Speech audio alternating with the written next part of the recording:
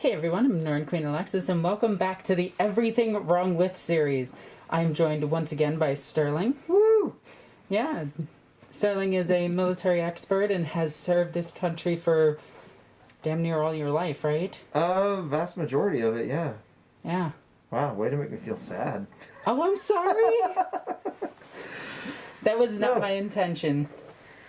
Yeah, no, I'm very excited to be back and doing this, and today we get to pick apart something that we both dislike. The Space Marine Dreadnought. The original Dreadnought. Now, this is not factoring in the Daredeo, the Relic, the Contemptor, The Leviathan. the Leviathan, the Decimator, because technically that's a Dreadnought, Yep. or the Redemptor. Yeah. This is strictly the old boxy Dreadnought. And we're finally moving on to Space Marines. So this is going to be interesting because Space Marine vehicles are... They're special. They're not as well... It's really funny that everybody gives the Repulsor crap, but it's the best designed Space Marine vehicle. Yeah, like the repulsors and the impulsors at least don't have, doors in front of guns and things like that. Or this. Or, yeah, an assault ramp on a... Yeah, they also aren't shaped like flying bricks, which we'll get to eventually, or... Yeah. This is going to be a special episode. Now, if you don't know how this series works, we are pretty much doing this entirely improv. We have looked at the vehicles and we have done our own research on our own, but we don't do this scripted, obviously. Yep. And yeah, so today we are looking at Volume 2, Space Marine and Forces of the Inquisition, which also includes the Sister Battle Repressor, which I can't wait to get to. And this is the second book in the Imperial Armor series. Yep. Note to all those that are watching, I still need Imperial Armor Volume 3, which has the Tau. So if you want to see and have us talk about the Tau in the future, if somebody has that book and wants to donate it to the channel, please contact me. Yep, and we'll figure it out from there. Yeah. So, Dreadnoughts. First off... It looks so bad. Oh, man. You forget just how far model design has come in the last, 18 years? Yeah, this thing... What's funny is the Rogue Trader version of the Dreadnought is designed better. Yeah. It's much more stocky than you would initially think, and... I still hate building these when people ask me to do commission builds and painting for models. I just can't really enjoy a lot of them. And let's not forget the Assault on Blackreach Snap Fit one. Yes, the Snap Fit one with the rotating arm. Oh my lord. Yep. Yeah. I'm working through a backlog of 300 Snap Fit Blackreach Ork boys. So, yeah. Snap Fit used to be really terrible, but now with the easy to build kits we're seeing these days, it's actually quite nice. Yeah, it really is. But yeah, let's get talking about this. What is essentially an armored and armed life support system. Yeah. So one thing I want to point out is the only part of it that's actually the life support system is behind this plate itself.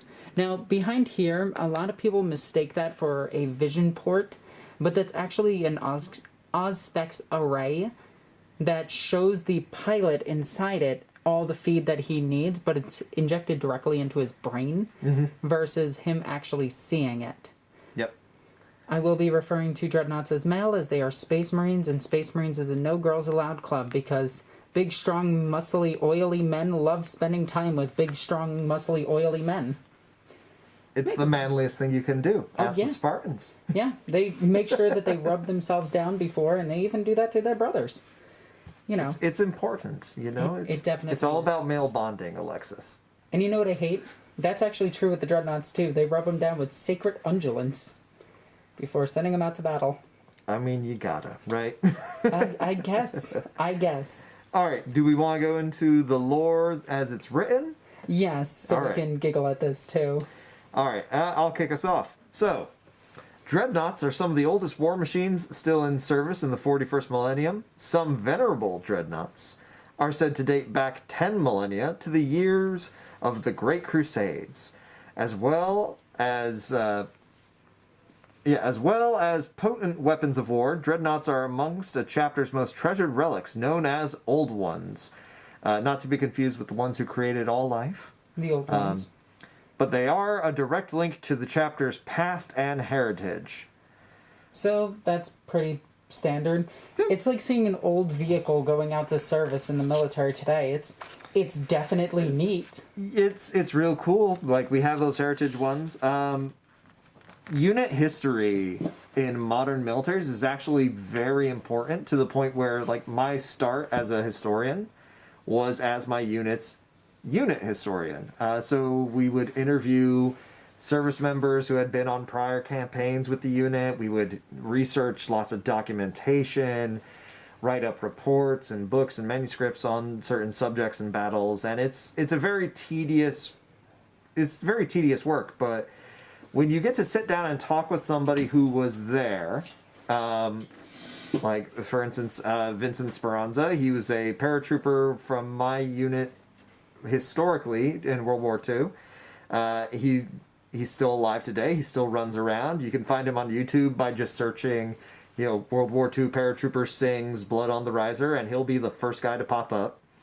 But sometimes having that link to the past is, like, very crucial and important for a unit, because there's stuff that you don't write in official reports, because there's nowhere on an official report to write a funny anecdote or something like that. So it's very important for, like, the morale of a unit to have those links.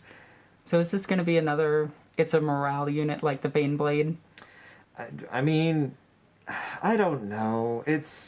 There's something to be said for the experience that you gain in combat is not something that is readily passed on. It takes a lot of learning by trial and error. And in a field where an error leads to somebody dying, you don't get the chance to make a lot of mistakes before you find out you're not good at the job. So, yeah, I don't know. We will see, and we will get to that when we get to some design issues I have with these things. Do you mean the exposed cabling all over it? I mean, it's also just incredibly top-heavy, but I digress. Before we get into the other part of the lore here, I do want to point this out.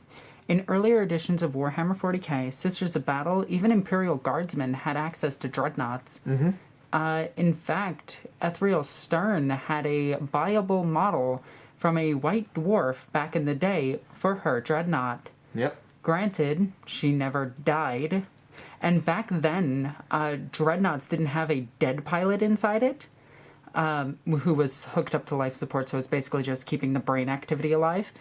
They had, and this lore isn't going to tell you this because this is newer lore for it at the time. Yep. This lore is mostly obsolete by now, considering it's 8th edition, and this was 4th edition. Yeah, 4th. But back in the day, it used to just be a pilot inside it. Mm-hmm. And when the dreadnought was destroyed, you had the ability to get out of the dreadnought. And just be a space marine. Yeah, Cassius, the chief chaplain of the Ultramarines, was one such figure who got out of his dreadnought. Yep.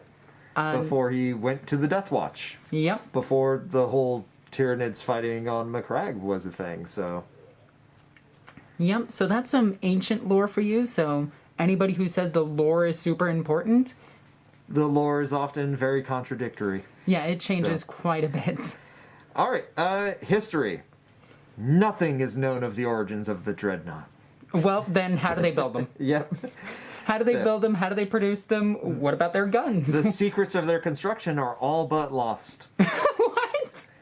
Yeah. Where they came from, how they came into being, where first they came from, how they came into being, who first used them. The answers to all these questions remain a mystery to the Adeptus Mechanicus. Secrets and arcane knowledge is used to keep these dreadnoughts that do exist functioning, but very few new dreadnoughts are constructed today, and only by the few skilled specialists who have preserved the required knowledge. Now, you can throw out that entire paragraph with the updates to lore that came with Belisarius Call. Yep, who was one of the... He was one of the first ones to build dreadnoughts during the Great Crusade, and brought that technology back, and that's where we get the Primaris Redemptor Dreadnought from, and Yep. all the new constructions and everything. But Also, this paragraph contradicts itself. yeah, we don't No know one anything knows, about it. except for these guys. So why don't they just tell everybody? Yeah, even saying that's like, oh, even the Adeptus Mechanicus does not know. It's like, well, the lore at the time still had tech marines who were taught everything they knew by the Adeptus Mechanicus. So, And if you can repair the damn vehicle, at some point you're going to take one apart and repair it. yeah, there are several sections in multiple different codexes and books that talk about the interning of a dreadnought into its chassis, essentially, and we saw this especially going into 5th edition when Hellbrutes became their own distinct thing, and we got the what was it, the Wrath and Dark Vengeance Dark Vengeance. book? Yeah, where we see the first Hellbrute for Chaos as something that was implanted into this terrible carapace and went insane. So people know how to use it. It's a fairly common thing in the grand scheme of things. Yeah, every chapter has like, I think 20 of them. Something like that. They're unless you're Iron Hands, in which case you have just a much higher percentage. But like we said, a lot of the lore regarding some of the older Space Marine stuff has been retconned and rewritten so many times. And a lot of 40k lore, they do try to say, oh, nothing is known except it's mass-produced. Yeah, nothing. And it's just like... Yeah, nobody builds them, but here's a bunch of new ones. Anyways, let's muscle through this. We can do this. Over the course of 10,000 years, there have been many different marks and patterns of dreadnoughts. How if they don't know how to build them? Yeah, there is no definitive list or study into these marks. Oh, And, okay. So yeah. they don't know what they're doing. We They don't just know print how them. many there are. They just show up randomly. And much conjecture about which came first, which are originals, and where or when such patterns came from. Because dreadnoughts are hidden away in the depths of Space Marine Chapter Fortress Monasteries, it is impossible to know what other marks and patterns still exist, or what ancient machines may still slumber to one day be reawoken to fight again. Now, see, that I like, okay? That's a fun little bit there where we don't know how many of these we have. We just keep going down into the basement, waking up the next one and Yeah. seeing who's in it. That I like. That they should keep as the lore. Yeah. But all of this is basically just saying, we're bad at writing. We Yeah. don't feel like explaining the origins of this vehicle. Shut up, don't ask. We don't know. Yeah, I disagree. Could with you it. imagine military vehicles today where they're just like, yeah, we don't know how these are made. Yeah, we don't know how to reproduce this. We don't understand the technology behind it. It's like, no, in which case you do not use it. Like if you cannot replicate a result, you do not use that technology. And it's even like if our enemies capture one of our aircrafts that they don't understand, what do? They take it apart. Yeah, they try to find out what each and every single piece does, and then they replicate it. Yep, take things apart, reverse engineer, come out with your own version. 10 or so years later, this is a common thing you see in militaries: is you innovate by improving upon something. If you're not innovating, you're being left behind by your enemies who are taking your technology, breaking it apart, and making something truly scary out of it. And we'll get to an example of that with the dreadnoughts here in a bit. Yeah. But we just got to make it through. So the Mark IV, which how do you know what it is if no one's keeping a list? No, this one is just the yeah, Mark IV. it's We just don't the know Mark which IV. one is Mark III or Mark V, but this one is Mark Yeah. IV. It has a 4 on it. But it's one such variant. Although many believe it contains some inbuilt flaw, leaving it prone to demonic possession. What? Yep. Mark IVs saw service during the Horus Heresy, but many became corrupted and now fight alongside the traitor legions. Those that still serve with loyal chapters are invariably well protected with purity seals and demonic wards. Okay, I'm sorry. So this tells us that, yes, they have taken it apart. Yes, they do know how they work. And they have a massive flaw that they could be demonically possessed. Yeah, then... Yet they keep building them. Oh, man. So imagine... if you're not a Horus Heresy fan, there's a whole issue that happened during the Heresy with the Fabricator General of Mars, where he came out with all this newfangled STC technology that he'd found and improved, and a lot of it turned to chaos and yada yada yada. And yes, we will just yada yada over the Horus Heresy. It's because it's written poorly. It's parts of it are good. Yeah, anything there we written go. by Graham McNeil or Aaron Dinsky-Bowden or Yep. some by Gav Thorpe is good. Fair. But a lot of it is bad, like Reflection Cracked is garbage. The Betrayer is garbage. And I'm not talking Yeah. The Betrayer as in Karn's book, because Karn's book is amazing. Yeah, it's the second book in the Horus Aurelius Heresy. Logar and Angron book. Yeah. Yeah, the one where Angron digs into the dirt because he can't tell which way's up. Yep. Yep. And then they released his Primarch book, which made him make sense, but then they released the Magnus book, and the Magnus book is awful. Yeah, it's very hit or miss. And it's a lot of the issue of, oh, here's all these very vague, nebulous myths we're going to build about the setting. Now try to define it. You're working from the wrong direction. Yeah.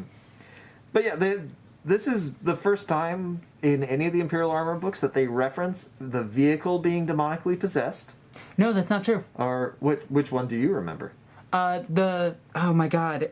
In the last book we talked about, they had a vehicle that is impervious to demonic possession. Oh, sure, yes. Yeah. Yeah, Impervious 2, but this is the one where it's like, hey, no, these ones are bad.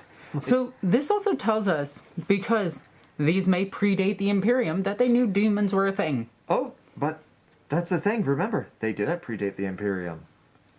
Again, more contradictory stuff. All we know is that they saw service during the Great Crusades. Some came out randomly, but we don't know if they're just finding them somewhere or what's going on. And that the Mark IVs, the ones that are known as, like, you know, the traditional boombox on a box of legs, like, these are prone to demonic possession. We will attempt to move past that. So, Furioso pattern is used exclusively by the Blood Angels and their successor chapters. It is a close combat variant armed with 2 power fists, or a spear, if you're fancy. It was originally conceived by the Blood Angels Master of the Forges sometime in Millennium 35. Likewise, the rare Mortis pattern is occasionally deployed by the secretive Unforgiven chapters. Its origins, or why only this group of chapters possesses this pattern, is another mystery. Oh my god. So, again, we go back to this. We don't know how they're built, except that we actually do. Except here's what happens. And we have a name and everything. Yeah. So, yeah, I mean... Yeah, and the Blood Angels Master of the Forges, if you play Horus Heresy, you know that you can find these names. So you can find out who designed these things in Millennium 35 And now we during the know Great that- Reconquest. Like, No, now we know that this is the wrong date because during M30 they were fighting the Emperor. yeah, Well, not the Blood Angels, yeah. fighting for the Emperor. fighting for the Emperor. So, And yeah. Furioso Librarian Dreadnoughts are a thing that can be taken in 30k. Yep. And They they're are. nasty as hell. The oldest surviving dreadnoughts are known by the honorific title of Venerable. These are ancient heroes from the former age, and venerable dreadnoughts are amongst the most famous warriors of any chapter. Names like Bjorn the Fell-Handed, of the Space Wolves, Brother Deimos of the Angels Porphyry, I've never heard and of them. Moriar, the Chosen of the Blood Angels, are rightly revered and ranked amongst the greatest heroes of the Imperium. You know what's the weird thing? What's that? As old as Venerable Dreadnoughts are, they're not considered Space Marines. They're considered part of the Armory. Yeah. So they don't so the oldest living Space Marine is still Dante at 1400. Yep, because everyone else is a serial number. And do you want to know why Dante is 1400? Why is Dante 1400? So back in the Rogue Trader era of lore, this is pre-first edition. Yes, first edition and Rogue Trader are different. There was a white dwarf in between them that updated the rules. But back in that edition, before Primarchs existed, for the most part, they were talked about, but freaking Fulgrim was the first captain of the sons of the No. Emperor's Children. Of the Emperor's Children, yeah. Back when Tigurius was the love child of an Eldar, Farseer, and a Space Marine. Yep. Which still might be true. Eh. Yeah. Anyway, we're going to get past the contradictory lore there. We're going to just soldier Dive on. past that. Yeah. But back in the older editions, Primarchs, as they were known back then, which the only one was Leman Russ at the time, Yep. lived to 1,400 years old before they died. Yeah, there was an expiration date on Space Marines originally. And now there isn't. And now you can just keep on going as long as no one takes your head off. And even if they take your head off, if they catch it quick enough, they can put it inside a Dreadnought, because nobody dies in 40k. Hey, that is Gazkul's trick, okay? I'm pretty sure these guys have done it too. I'm sure in the comics, if you know of some Space Marine who has gotten his head decapitated, but he's fine now, Let let us us know. know.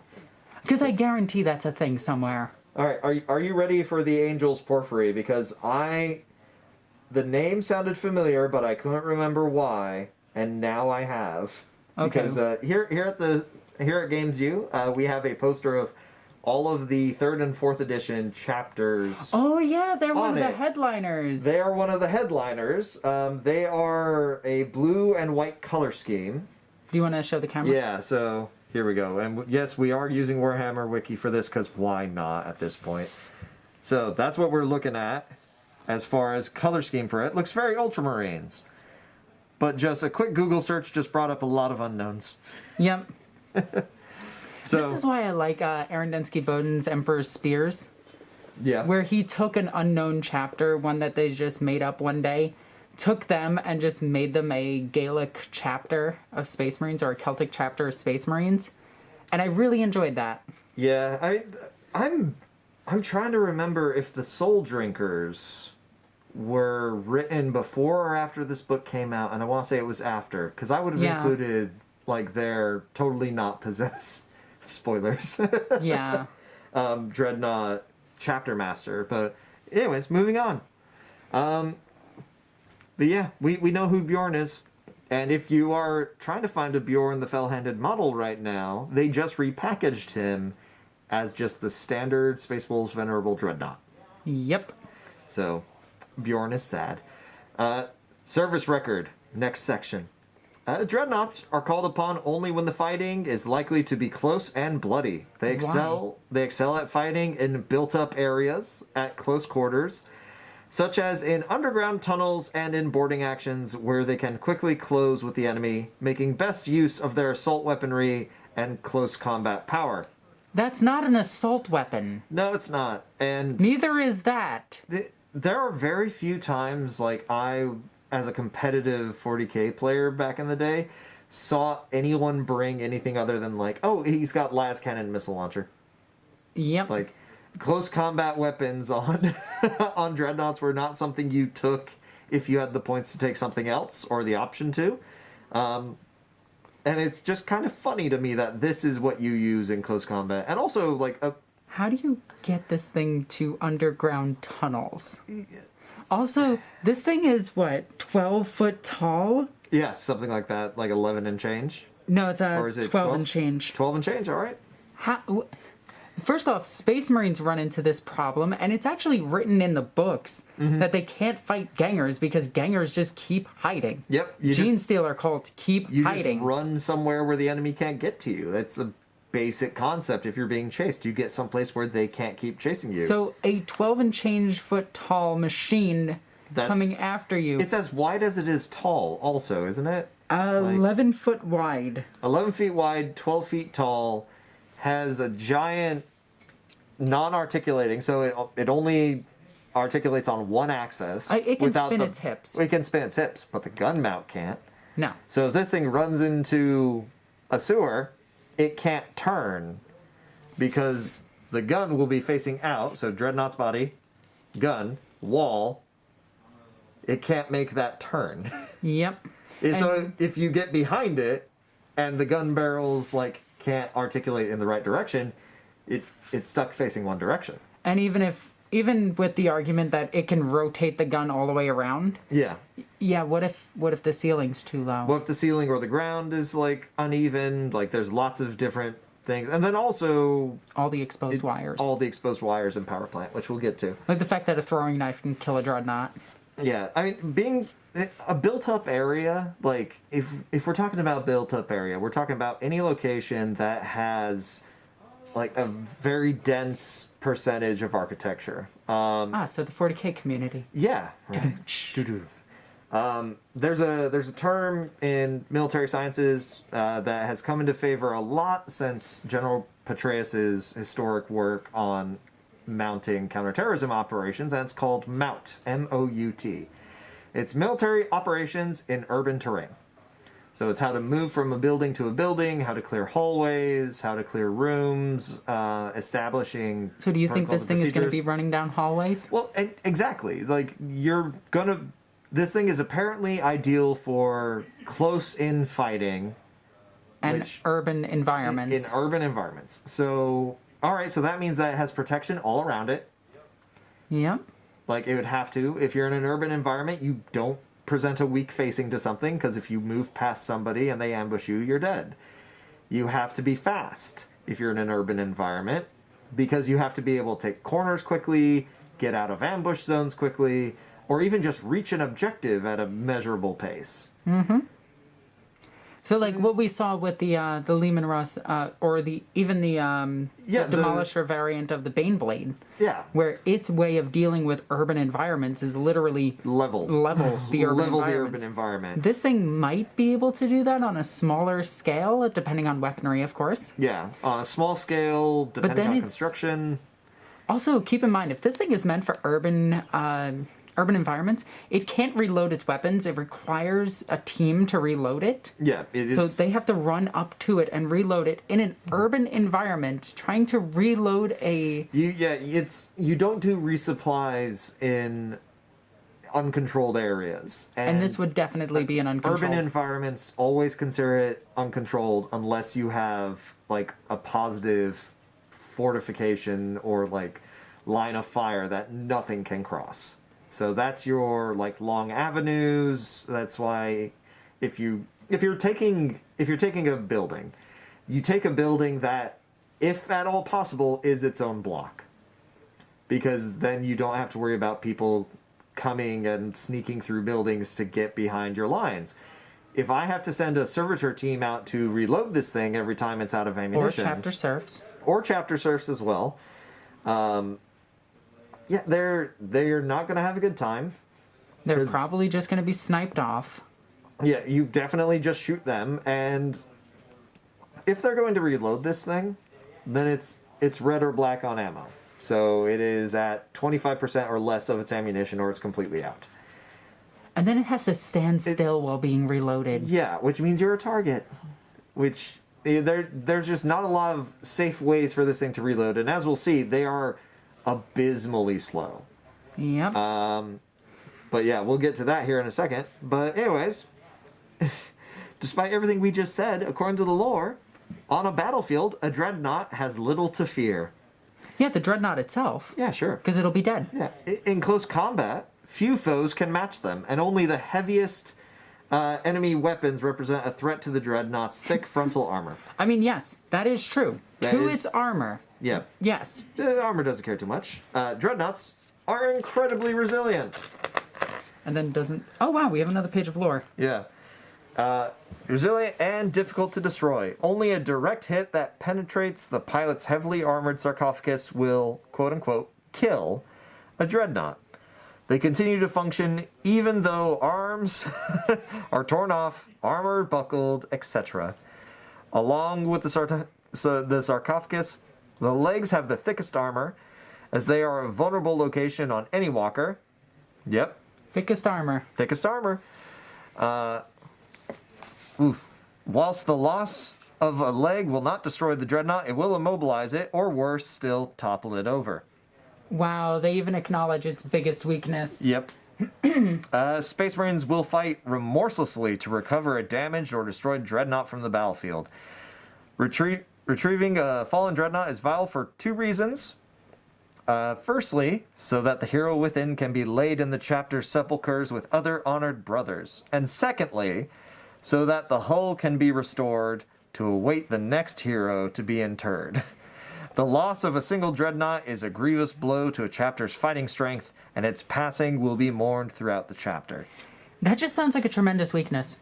You shoot a dreadnought, it stops the Space Marine advance.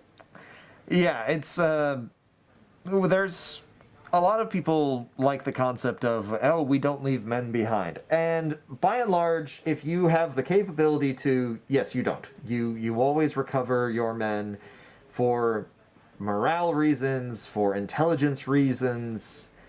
But if a vehicle goes down, and it's something like this where apparently you cannot replicate this technology, you have no idea how to make a new one, but it is totally scrapped. They're still saying that they will go out and they will try everything they can to recover it, which that means recovery vehicles, that means that you are... And the Space Marines don't have recovery vehicles either. Yeah, so you're calling upon a different a different organization, the Imperial Guard, to come in and take this thing, or you're bringing in a dreadnought that has arms to carry a dreadnought, or you're bringing in the chapter serfs and their sentinel powerlifters to deal with it. Because a lot of people, and the lore does not point this out at all, the chapter serfs, their slave labor, is extremely important to the chapter's functioning. They have warrior serfs, reloading serfs, serfs that specialize in making armor. Yep. As weird as that is. There are serfs who focus on just cooking food for Space Marines. Because people like to forget that Space Marines need to eat. They just don't need to eat in certain situations. There's also serfs that bathe the Space Marine. I wish I was kidding.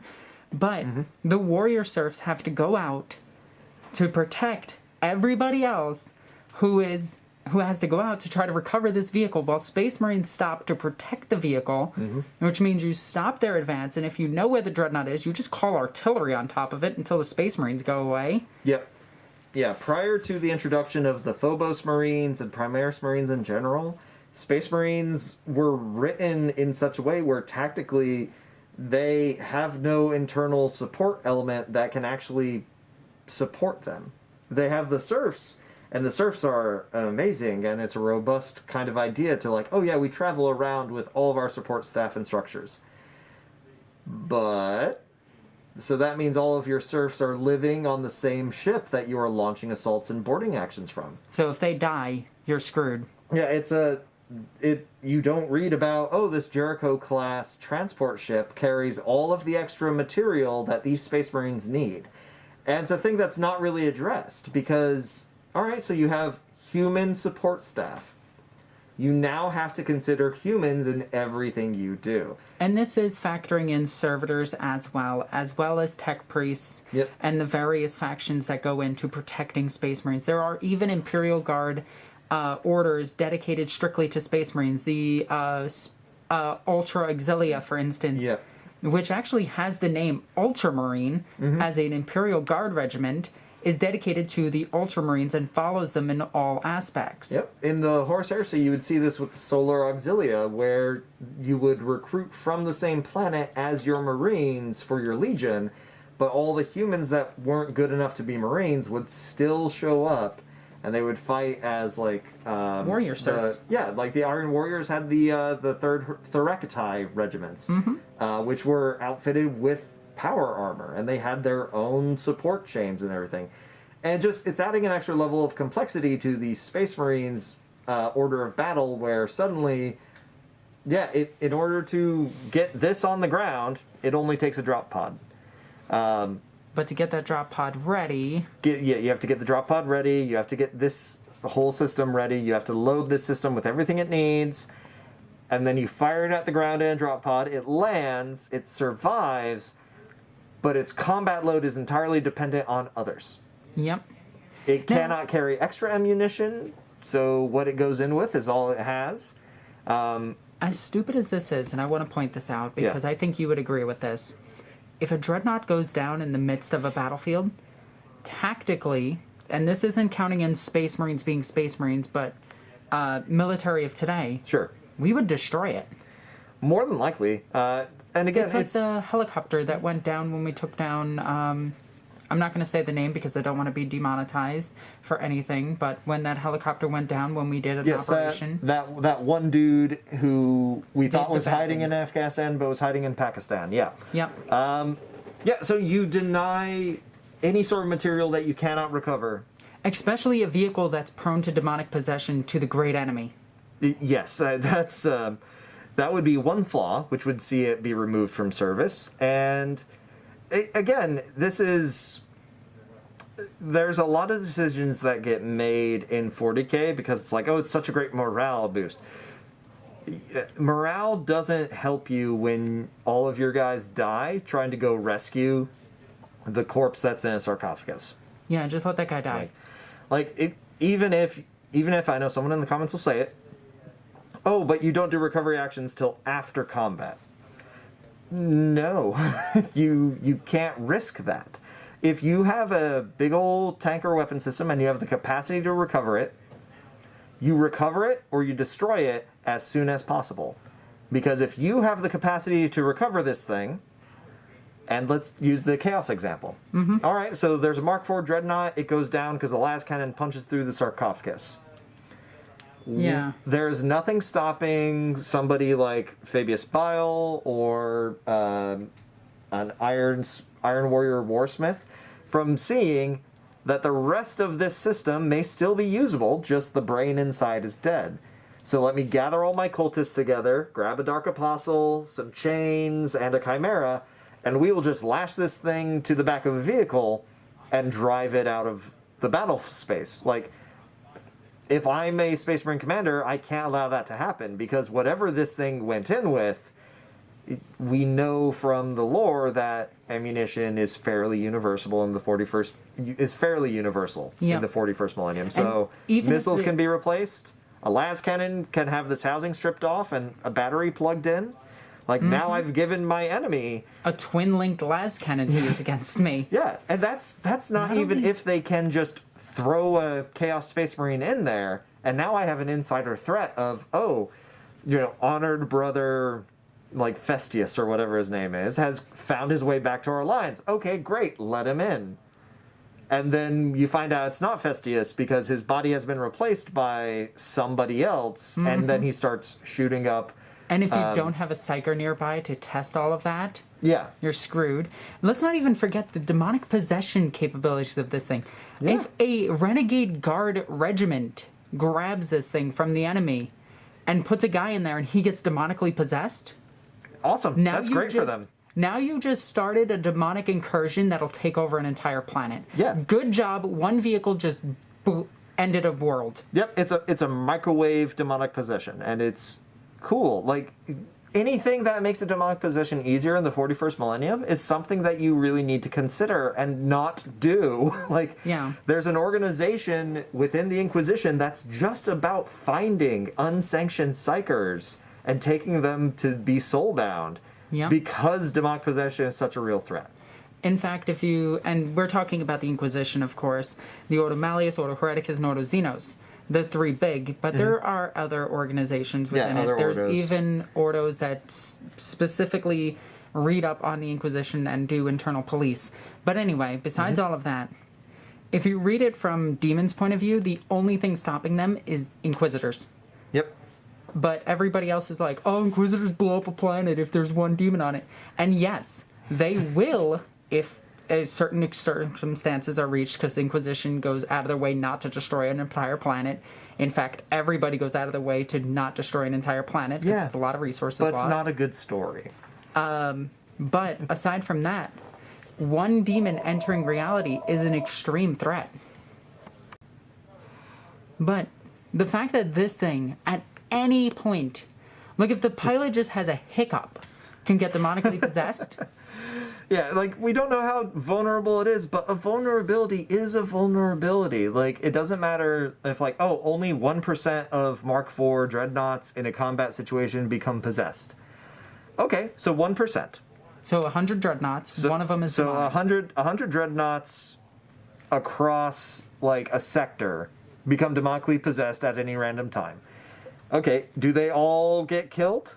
instantly? Are you able to put them all down before they run off and do their own thing?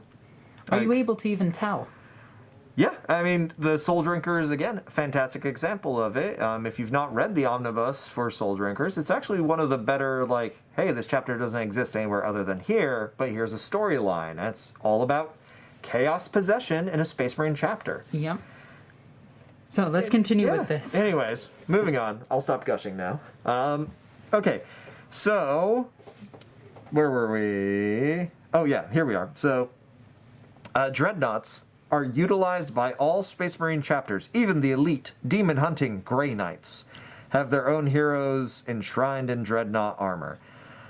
Like their living battle brothers, these Dreadnoughts have access to the Grey Knight's specialized armory of Psy Cannon bolts, hulls engraved with protective runes and sigils, and the blessings of Ordo Malleus Inquisitors. Now, what's cool is the Grey Knights one get Aegis armor. Yes. Which is demon-proof. Yeah, demonically resistant, yeah. They should give to all these stupid Dreadnoughts. Apparently.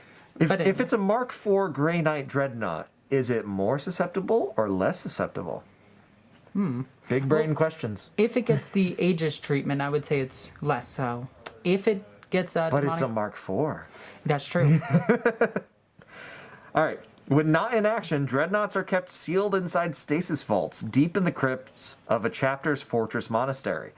The stasis vaults preserve them from the ravages of time, extending their already long lives, even further. Oh, yeah, sorry. I lost my place for a second. Even further than Even beyond. further.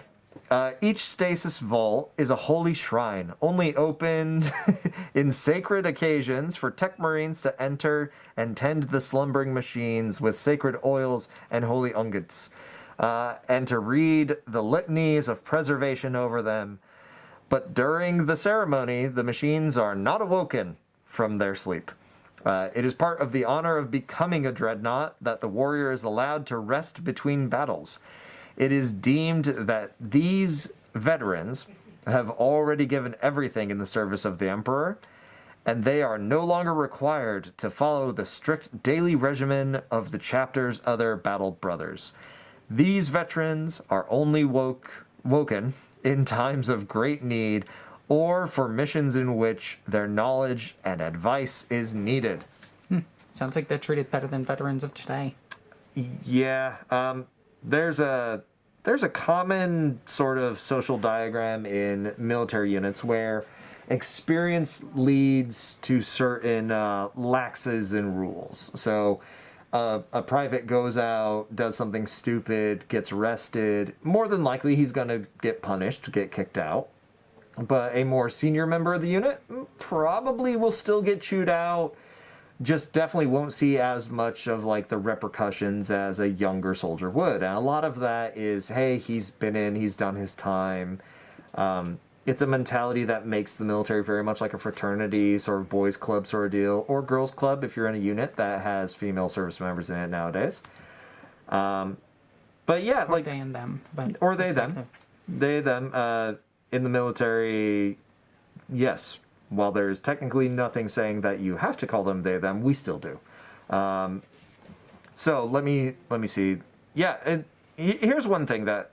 So you're going in and you're essentially checking preventive care and maintenance, PMCS, or preventive maintenance and checks, PMCS, is when you go in and you make sure that everything on a vehicle is working. So if I want to make sure my tank is working, I do that once a week. You go in, you turn it on, you make sure that no new liquids are oozing out of it from anywhere. No demonic spirits. No demonic spirits, yes. All right, flip switch 1. Okay, he didn't turn on and kill all of us, so that's still working. But yeah, so we know that they go in and they check, but they still don't know how many of them they have. Yeah. Yeah, so again, it's more of that... So what happens if they're like doing this entire ceremony and there's no Dreadnought left? Yeah, suddenly there's just they're just doing their inventory and it's like, we're short 1 Dreadnought. It's like, how? Where'd it go? It got demonically possessed and walked away. Yeah. Also, I think it's worth pointing out that Dreadnoughts are kept on the Fortress Monastery. So unless you're the Imperial Fists and you have the Phalanx, that's a planet. Yeah. So all of them are kept locked away under lock and key that only certain members of the chapter can access. So when you need them in a battle, You have to go back to your main HQ, which means that you have to requisition them back because a tech brain has to say, yes, no, I checked, he's good. Unlock him from the crypt, get him installed into the actual chassis, and then send that to the war zone. Okay, let me actually break this down for people with Sure. lore and junk like that. So, every chapter has a battle barge. The battle barge is the biggest ship that they have in their retinue. Usually a chapter has between 1 and 3. It's rare for a chapter to have more than that. Originally they had, I think, 20 each in the legions, and then they split them for their chapters and everything. So the Ultramarines had the most. Dark Angels still have a good chunk of them because they still do the Legion protocols. Imperial Fist have a very low number. Space Wolves, they're pretty much all gone. So on and so forth. But their main ship, can I get the pen real quick? Yeah. So their main ship, and we're gonna do a funny little, this is gonna look like a bullet. Let's go with bullets. That's what this thing looks like. Clearly what that looks like. Clearly a bullet. Alright, they have their secondary ships. Okay? And these ships are considered their ships per company. Company, yep. These are the strike cruisers. But this ship here has all of the dreadnoughts, which means for this ship to go and answer a call, it has to requisition a dreadnought from the main fleet, which then has to approve and go through the entire ceremony of waking to be put onto the ship before this one can go to the war zone. And these ships are scattered throughout the sector, which means just to get a dreadnought, the fleet is slowing itself down by months. And this is if they're a Spaceborne chapter. Because if they're not a Spaceborne chapter... They have to go back they to have to go- Macragge, Yeah. assuming Ultramarines, and Or, then... like Crimson Fist, it's like, okay, you have to go back to Reach before it blows up. And Yep. requisition somebody, get him transferred to a transport ship brings it to the main fleet, and then they hand it off. It's, like, the Baneblade was at least part of a standard unit organization. And It was in all of the ships. yeah, and the Dreadnoughts just aren't. So, and again, they're saying it's like, oh, you requisition them because of they have particular experience and knowledge that we need to question. It's like, okay, well then you need them readily accessible because Otherwise, you run into the problem of having to constantly go back. And this Yeah. is actually why there's only one dreadnought in Captain Titus's fleet in Space Marine. And yes, that dreadnought is referenced in the story, and you can play as him in the multiplayer, which is really cool. Yeah. And you actually get to see the awkward loading mechanic of him putting his arm directly up, Yeah. and then the camera Just chunks conveniently in. zooming Yeah. into him because there's no way to actually see him reloading. Yep. Yeah. Oh man, I forgot how janky that animation was. Yep. But that's just to show you how the biggest weaknesses of these dreadnoughts, not only is it the exposed wires or the fact that you can throw a knife here and kill Yeah. the dreadnought by killing its pilot. They're so revered. That's like, oh, we have to protect them from everything, remove them from the battle space. All right, well, now you can't use it. It's better to go in without them. Yeah, you'd have to. You'd have to go in without them, and then you're bringing all of your experience in a second wave. So say we're talking about, oh no, a high fleet has just turned up. Okay, we'll go wake up, brother Bug Killer, and we will put him into Dreadnought, and we'll bring him here to the war zone, because he's fought Tyranids so many times.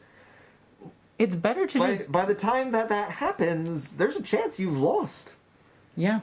And not even that. Since Mind Impulse units exist in 40k, it would be better to just rip all that information out of his head and transfer that information using a Psyker, which every single chapter has, just about except for Black Templar, but they do have Astropaths and Serfs that also have psychic powers. Regardless. But we're not going to get into how stupid the Black Templar are. We'll save that for another episode. That's a whole nother thing. By the way, did you know they're Codex compliant? I'm not going to get into that, and that's going to trigger, like, so many people. Moving on. But it's because Crusades, every time they hit 1,000 members, they split. Stop it. Anyway. Which also means they don't have enough ships. Anyway. You're doing this to yourself. I know. But anyway. They could just import that information because they do go through hypnotic suggestion. Yep. Before and after every single battle. It's why most Space Marines don't have PTSD, because they simply erase that from their mind. Yep. It's part of how they're trained and how they go through the initiation process. Yep. And if people are like, oh, well, but that wouldn't work for whatever reason, it's like, well, let's also remember that Knights, Imperial Knights, their MIUs house parts of the personalities, knowledge, and experience of everyone who used that MIU before. And the spirits of them as well, because they protect them. Because AIs totally aren't ghosts. Anyways. It is actually really cool that they're switching the AI or the machine spirit to actually being a human spirit. It's a spirit. Yeah. I really like that. It's a ghost in a shell. It is. It is. But yeah, so like there's lots of ways you could use this. Or like if nothing else, like, okay, we keep, like, if the experience is so important, why risk it on the battlefield? Yeah, why not just have them sit there and tell you everything? Yeah, just constantly. have a bank of like, all right, honored chapter heroes. I don't remember how to do the budget. Yeah, and just have them do it. Yeah, and then just suddenly one of them wakes up is like, oh yeah, no, it's form 2319. You know, oh thank you, I couldn't remember that. Good night, and then you turn him off again. He doesn't understand the passage of time. He doesn't realize that you've left him shut off till next year's tax season. Yeah. All right, let's get back into this. Yeah. All right. So we did all that. So now we're down to notable features. Dreadnoughts are covered in great slabbed plates of cast adamantium armor. Except for here. Stop it. Here. Here. I'll revoke your pen privileges. I'll do it. Okay, you get the pen. Their shoulders, sarcophagus, and legs have the thickest plates, which means to say they have plates, to protect the most vital components with less armor plating on the rear. Yeah. One of the chief advantages of Dreadnoughts is the versatility of their weaponry. They can... That's true. Yeah, that's true. You can put anything on a Dreadnought and have it, like, run around. Let's see. What do they list here?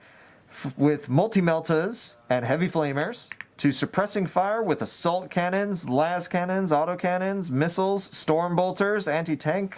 Yeah. A Dreadnought can do it all. It can't do it all at the same time, but, you know, it can do it all. Let's see. And it's equipped well in space, so... Yeah. It can't do it all. It literally lands, and if it came down with anti-tank weapons and it's all infantry... He'll kill one man very dead. So the Dreadnought's great bulk provides a very stable firing platform. True. Even when moving, which, combined with targeters, recoil dampeners, and greater ammunition stowage, means a Dreadnought can keep up a higher rate of fire for longer than the heavy weapons used by Devastator squads. Liquid nitrogen cooling system also means that the Dreadnought weapons are less prone to overheating and jamming than man-portable heavy weapons. Now, this is completely different. A man-portable heavy weapon is actually what the Guard use, not what Space Marines use. What Space Marines use are the actual heavy weapons. Now, to update the lore just a little bit, what they're talking about is dampeners make the weapons recoil almost nothing because it uses anti-grav. Yes. I know that's the sci-fi equivalent of it doesn't work because magic, but they also have suspensors which help with the weapon's weight, and an increased ammo storage would, in game terms, increase it by 3 times its original amount. Yep. For instance, my bolter has an extended mag, the drum mag, which means it has 75 rounds in it. Yep. And if you notice, on my Sister of Battle armor, there is no additional weapons. There is only 2 side weapons. Yep. So once I run out of ammunition with the bolt gun, I put it on my back, and I switch to my secondary. Yep. sure, having a big heavy thing fire a big heavy gun makes sense, because if you have more mass, the recoil is not going to affect you as much. The idea of while it's moving it is more accurate, I find a little hard to believe, because that means you're on 1 foot if you're moving. So, interesting enough, the animations for how these things move help this out a little bit. Yep. It does waddle. We're not going to get around that. This thing literally It waddles. penguins, yeah. But how it does it is it rotates its ankles, it rotates its hips. It does have knees. Yes, it does. It's behind the ammo. But its knees aren't that... They can't up that much. They can't... in fact, they can only lift their foot by 1.5 feet, so 18 inches up into the air, which means these things can't even step over rubble. I mean, if you have a 2-foot step, it means the Dreadnought has to go around. Yep, or destroy it with its close combat weapon, and then climb over it, which means it's exhausting its energy storage. Yep. To do that, it's exhausting its power field. Yeah. It's giving away its position. There's all sorts of madness. But anyway, let's continue with this. But yeah, as well as heavy weapons fire, a Dreadnought is almost unstoppable in close combat.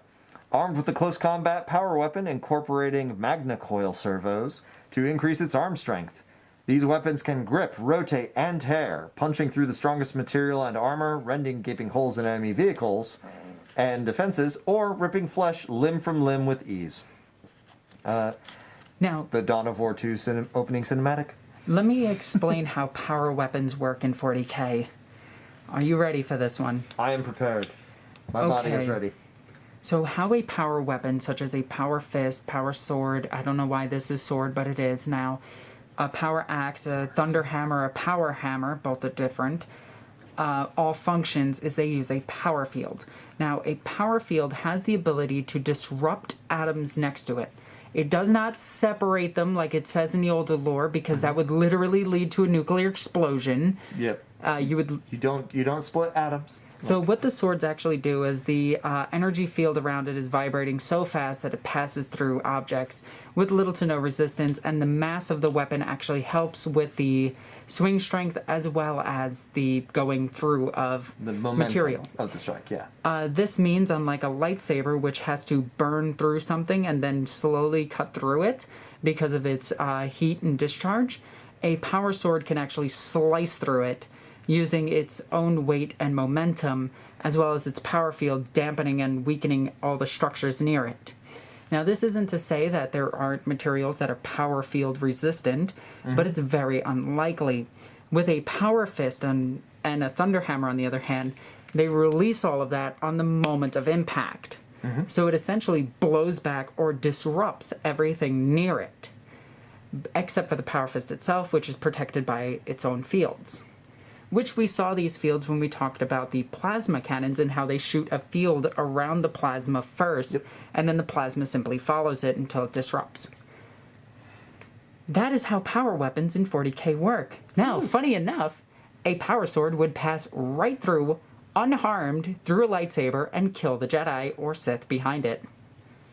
One day we will talk about Star Wars and how weird some of the lore in that is, but right now Yep.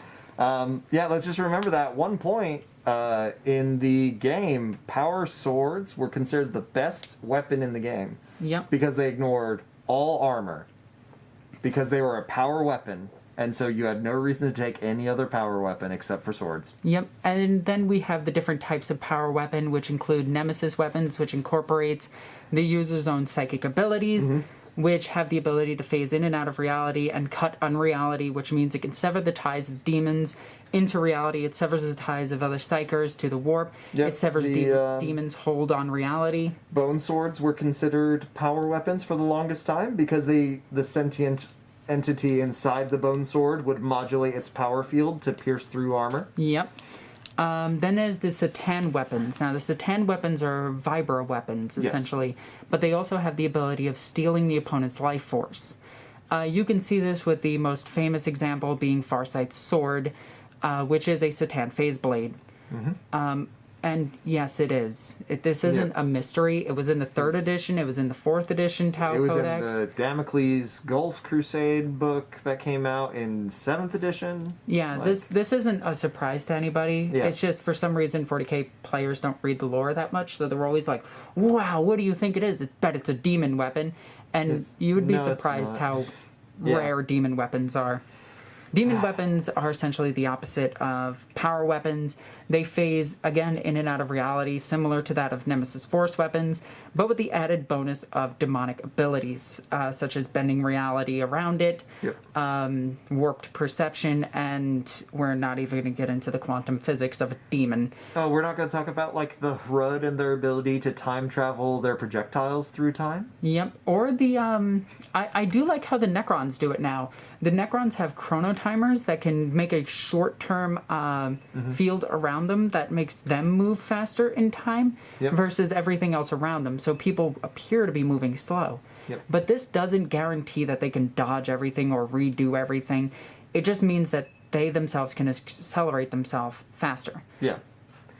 All right. So, power weapons. You good? Power fist, hit things, goes boom. Yep. Because it disrupts all the atoms, and then you have the mass of the weapon behind it. A thunder hammer, same concept, stronger, boom. Power hammer, on the other hand, same concept, weaker, boom. Yeah, explain things, good. Nothing to add for me here, because I'm definitely not going into 2-stage munitions right now. We still aren't done with the lore. All right, where were we? Here we are. So, a Dreadnought in close combat is a terrifying sight. Not just for its overwhelming strength and power, but also because the Dreadnought retains its pilot's former prowess. Except that it doesn't. A once mighty Space Marine hero resides within, and he has lost none of his skill, speed, or ferocity. Except he has. He has horrifically. Right, it literally is right here that he did. Yeah, and we can talk about the mechanics of force and like the mechanics of speed on something like a Dreadnought. He is going to have lost prowess. Why? Because the Dreadnought body is capable of things his Space Marine body was not. Yeah, like spinning around. Like spinning 360 on an axis. Like not being able to articulate your arm in front of yourself. Mm-hmm. Unless, he tilts his body, then articulates his arm. But, yeah, there's a lot of limitations here. There's a lot of limitations and things that you would just have to learn. Like, there would be a whole fighting style you'd have to develop to be a close combat Dreadnought. And again, like the Dawn of War 2 opening cinematic, where you see a Dreadnought come out of nowhere, snatch up a Howling Banshee, cook her, spin her around, like all sorts of craziness. That's not something a Space Marine naturally could do. Yep. So there's no reason to believe that magically, because he is thrown inside the sarcophagus, that he now knows Kung Fu. Yeah, he has to learn a new skill set, but he does have his experience in fighting prior, which actually might be more of a hindrance. Yeah, because he would have to unlearn that. He'd have to, you definitely have to forget a lot of what you know when you move between different fighting styles. Now, what if he was proficient with a power sword and is suddenly given a power fist? There's a completely different fighting style you have to do with a power fist versus a sword. And yes, Space Marines are masters of all their weapons and everything like that because they study and practice and everything. Yeah, but they do have personal preference. Exactly. Like our soldiers of today are trained in almost every weapon that we implement. Yeah, the more basic weapons. Anyway. Yeah, if you're in a standard infantry unit, you're trained on every weapon that unit has access to. If you are fortunate enough to get past selection, get into the qualifications course, and become a weapons sergeant in the U.S. Army's Green Berets, congratulations, you're going to touch a lot of random weapons that you'll probably never see implemented, but you learn all of them. And that's true of most militaries. If you have access to a weapon, you're going to learn how to use it. However, that does not mean you are a master. It does not mean that your preferences are not considered. There's always a guiding instance of shooter's preference. And you see that in especially the new Deathwatch lore, which talks about how the Primaris units are integrated. They get to keep whatever armor they were proficient with, whatever weapon they enjoyed using the most. They keep that when they come into the Deathwatch because the Deathwatch is smart enough to realize I'm not going to force you to unlearn everything that you already know. You're here because you're good at your job. I want you to keep doing exactly that job. Now, going back to what I said before, they could implant the knowledge of how to fight as a Dreadnought into a Dreadnought But pilot. that takes time. Yep. If nothing else, that costs you time. And that's not something that you want to invest, like, willy-nilly. Yep. All right, so let's move on. Anyways, we're almost to the reactor. A Dreadnought is powered by a small thermic reactor core. Oh my god. Well protected behind the sarcophagus, the reactor core provides power for life support systems, sensors, weapons, and motive systems, like the electromotive fiber bundles, which power its heavy limbs and allow the Dreadnought to respond instantaneously to the pilot's thought controls. That's what those are. Yep. Those exposed wires right there. A Dreadnought contains speakers so that the warrior within can communicate with his battle brothers. A crackling synthesized voice emanates from the hull, making a conversation with a Dreadnought an eerie experience. Traditionally, each Dreadnought bears a scroll on its sarcophagus naming the hero who is currently inside of it. I want to talk about the crackling voice and everything. Oh, yeah. There is a book. I cannot remember which book it is, so I please forgive me. Like I said, these are pretty much, we just go for it. Yep. But there's a book where Bjorn the Fell-Handed hits on an Inquisitor while in his Dreadnought sarcophagus and even uses his power fist to move her hair and lift her face so that she can look at him. Oh, Bjorn, you dog, you. I swear, Space Wolves are the only straight Space Marines. I mean, yeah, like that is... It's Bjorn. Like, And would you say no to Bjorn? Would you date Bjorn? Oh god, yes. Yeah, all right, there we go. Pretty much dating Bjorn. We are... He has the freaking... Anyway. Moving on. Moving right along. It's because my fiance is Icelandic. Here we go. All right, so... Good lord. You are incorrigible, madam. I am. So, where were we? The reactor in the back. That is so clearly heavily armored. Yeah, no. It's not. Yeah, no. And it's a thermic reactor, so all that means is that this reactor is running off of some sort of heat reaction. So technically it's nuclear. it could be nuclear. I mean, thermic could also apply to, honestly, just a coal-fired engine. Thermic just means that it generates heat as it reacts. Now, I'm going to talk about some lore here for a second. Who would have guessed? We do know that the Space Marine backpacks are plasma nuclear power plants. Mm-hmm. Because they are. So I assume that is also in this. Yeah. We also know that the Sister of Battle ones are better because they don't actually give off any exhaust. Mm-hmm. They recycle it and have an infinite power source. I mean, third law of thermodynamics be damned, but sure. Yeah, no, it does not matter. Yeah, no, we capture 100% of our heat. It's like... That's not how that works. Well, it's 40k. Pseudoscience is... The Grimdark is just super energy efficient, it turns out. No, just the sisters. They have not shared this power with anybody else.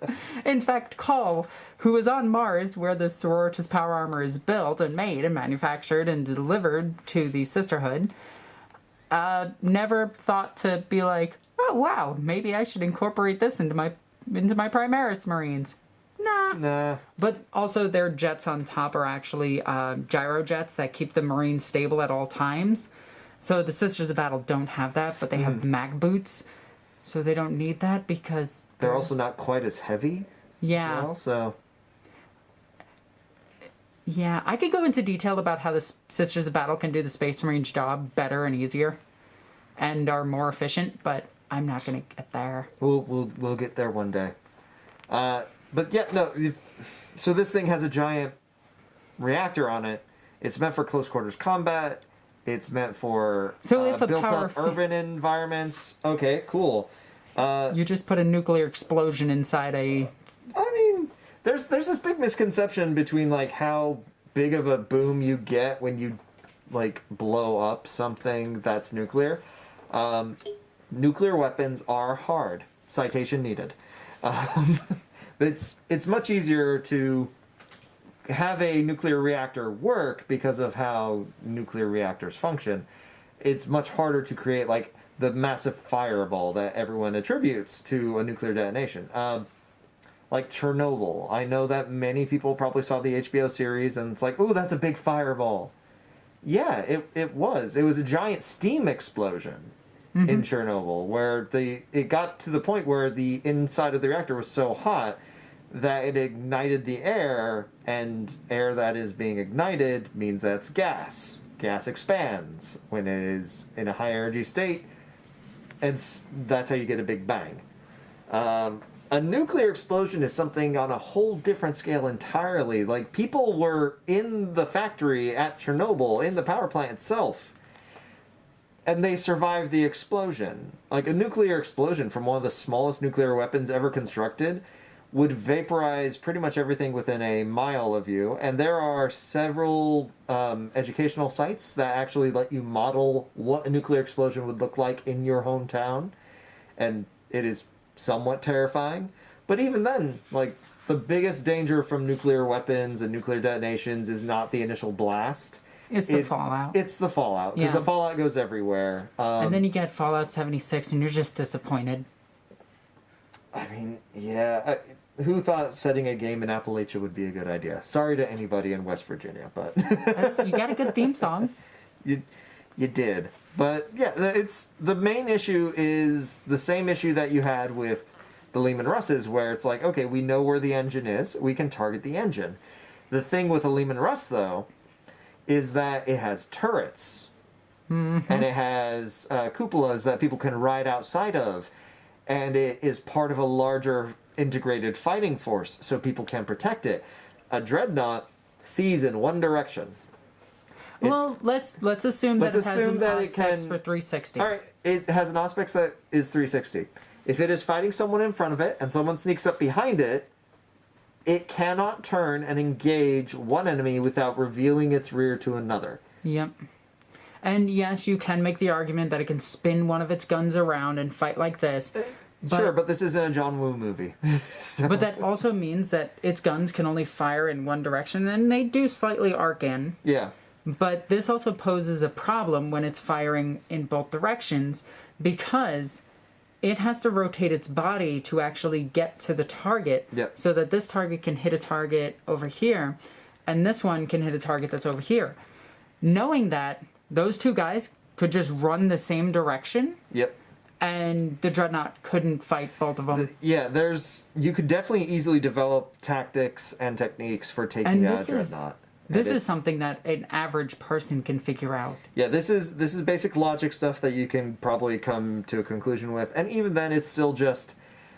So much of the Dreadnought is built around keeping the pilot alive that you have a major issue where... Your weakness is the pilot in the front and the power source in the back, and if either one of those go out, or if either of the legs go out, this thing is done for. And the fact that you could just literally frisbee a landmine at it.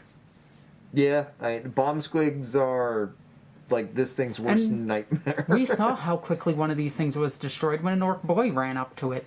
Yeah, ran up, a bomb to it, slapped a landmine onto the side. I think that boy survives in that cinematic. Yeah, he survives for a little bit longer than the Dreadnought does, but yeah, he survives until the Dreadnought explodes. Yeah, so seconds longer. Yeah. But anyways, there's a section on construction techniques. I thought we didn't know how to do this. Oh no. So, the techniques for constructing Dreadnoughts are all but lost.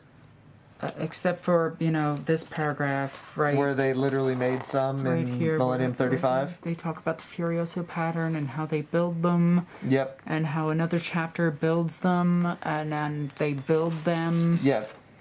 Okay. Very few new Dreadnoughts can be built. Each one must be handcrafted by a skilled tech magos and takes many years to complete. Okay, so I'm assuming a tech priest just slaps it together in no time. Oh, no, tech magos. Not a tech priest. Oh, so a tech marine. My bad. Even though the Adeptus Mechanicus in the second paragraph says, oh, they don't know how to make this, tech magoses are the ones who do make them.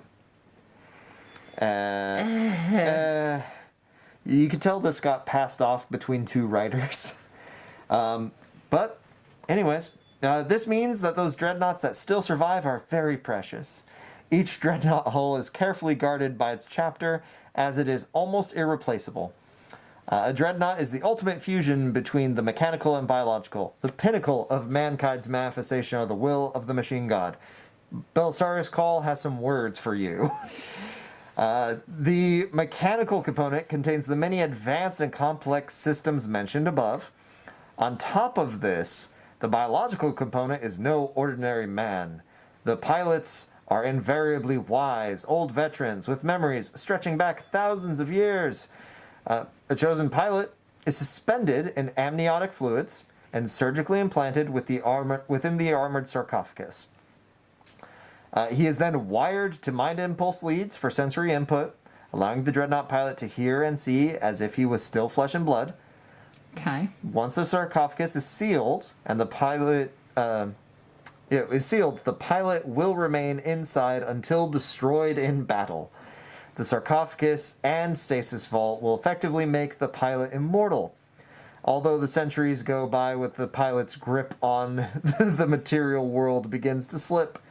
As he spends more and more time dormant, his mind becomes more distant. Which also means he's more susceptible to demonic invasion. Yep. Internment inside a dreadnought is a great honor, amongst the highest a Space Marine can receive from his chapter. In doing so, the chapter are recognizing that he is amongst their greatest warriors, and that his skill and knowledge are too precious for the chapter to lose. Very few are ever chosen for such honor, and only the chapter master, in consultation with the warrior's company chaplain and the chief apothecary, can give the final agreement. Only those too grievously wounded to be saved will be chosen. The wound must be mortal, but the warrior must still be alive when interred. A Space Marine who is already dead cannot be resurrected by interment in a dreadnought.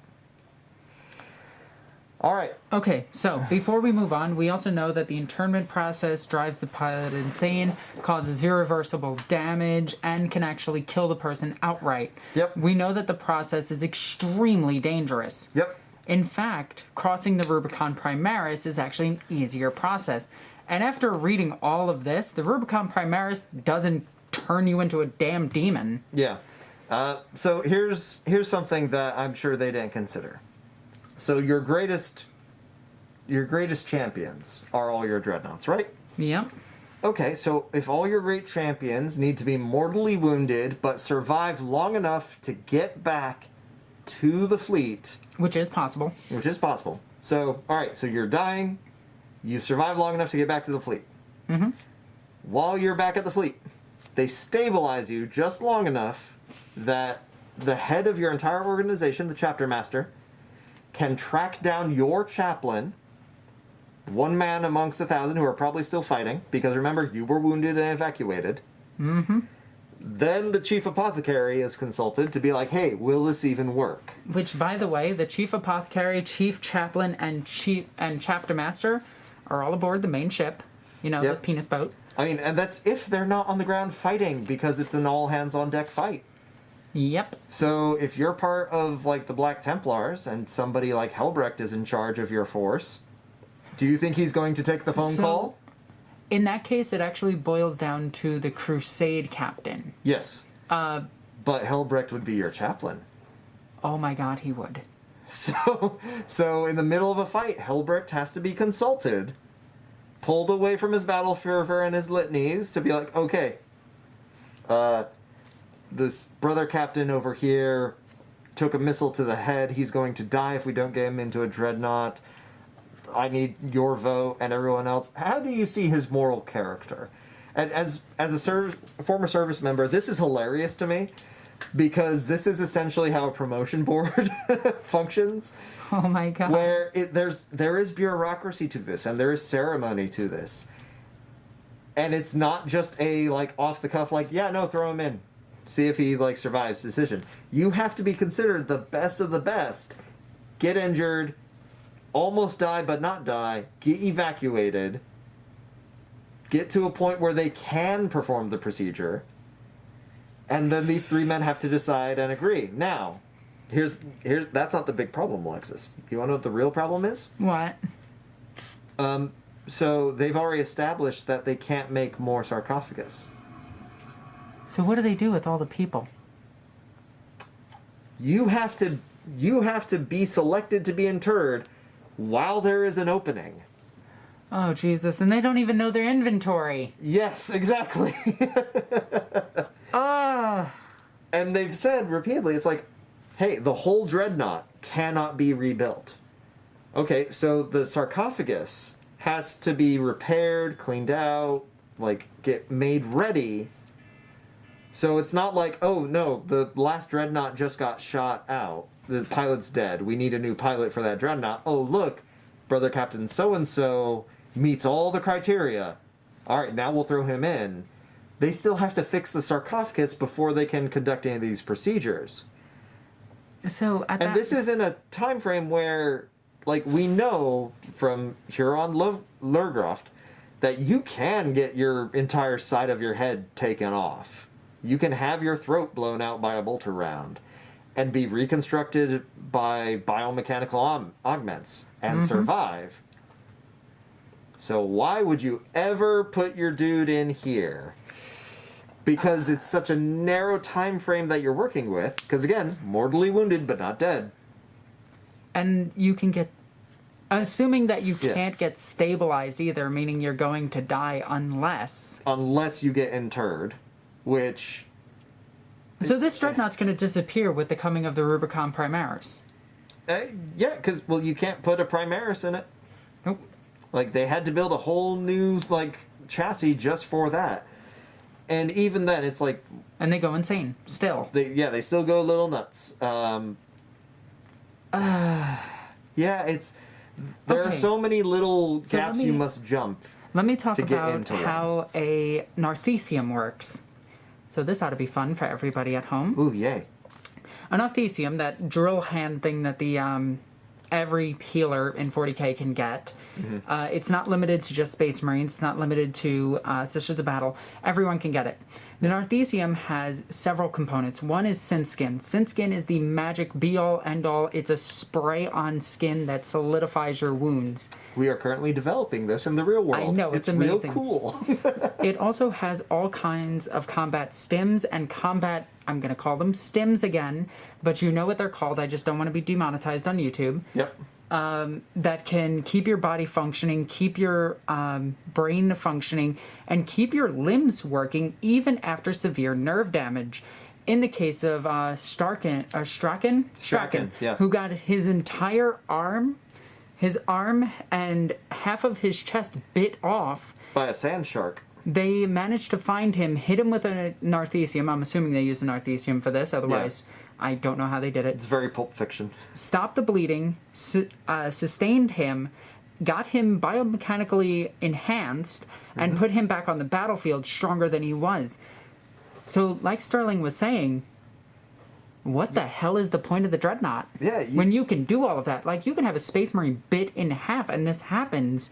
Like, most Tech Marines don't even have their lower half. Yeah, if you look at the Iron Hands, it's like, oh, they have so many Dreadnoughts. It's like, but why? So, yeah. Dreadnoughts. Ugh. Yeah, lots of things wrong with just the process of getting one interred. So, let's get into its actual problems. Yeah, more than just the social and bureaucratic issues. All right.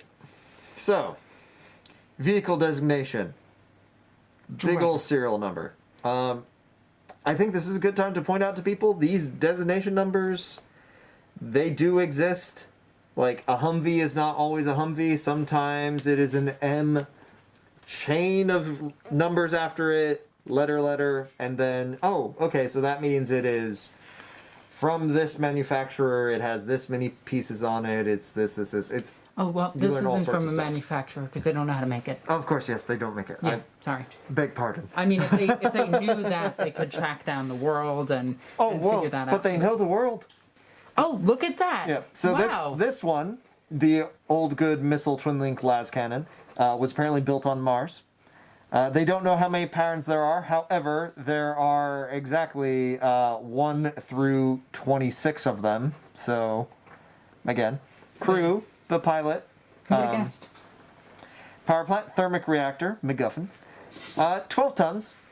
Which So, is, like, it is a larger car, smaller armored vehicle as far as weight is concerned. now, the problem with that, though, is its weight is on these 5 points, Yep. which is its 4 toes and its stompy bit in the middle.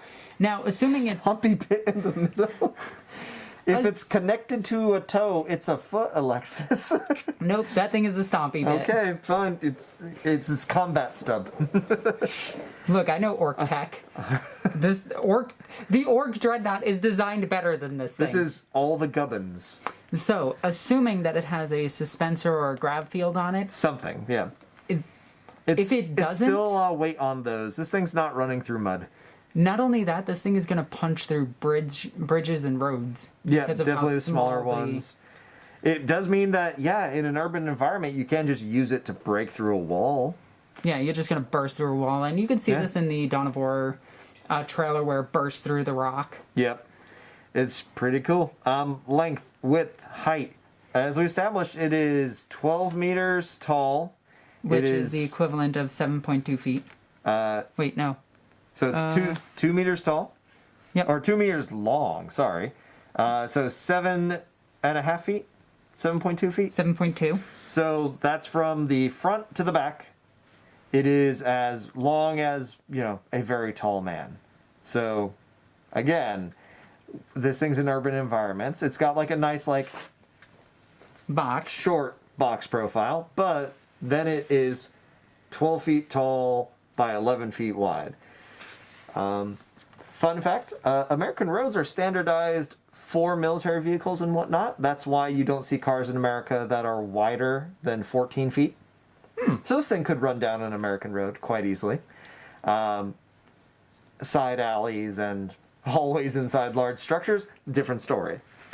Ground clearance, we went over that already too. 1.5 feet. We're assuming the ground clearance isn't to its crotch plate because Yeah. that's got to be at least, assuming this is 12 foot and assuming that this is the 6 foot marker, that would make this 6.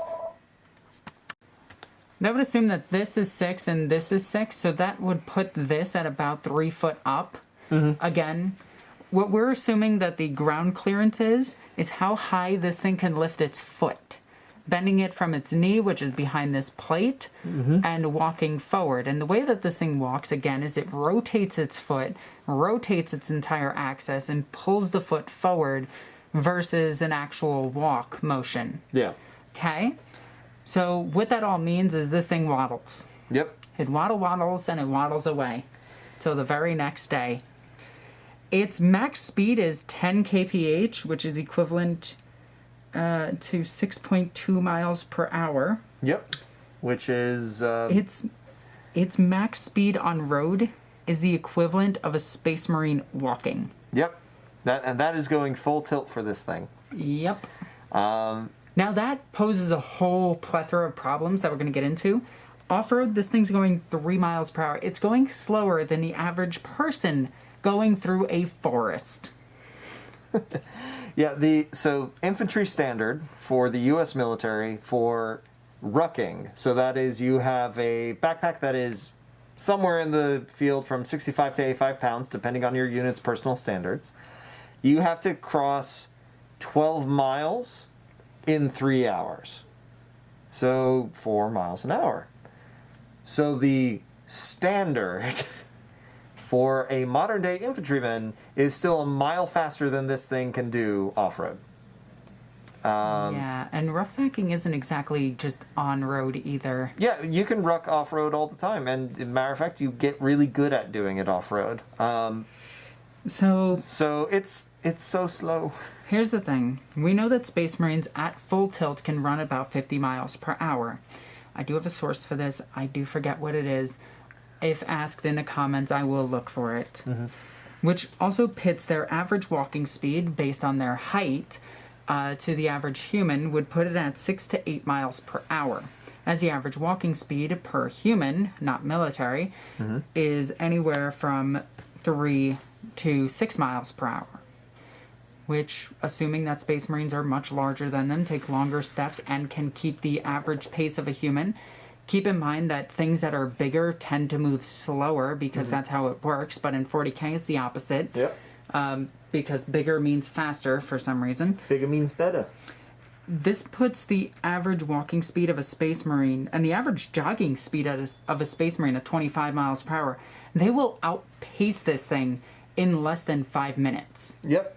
Which means that this thing is going to be exposed to enemy fire unless there is a platoon behind the Dreadnought or the entire organization is moving as slow as the Dreadnought itself, which gets rid of the main Space Marine advantage of being fast.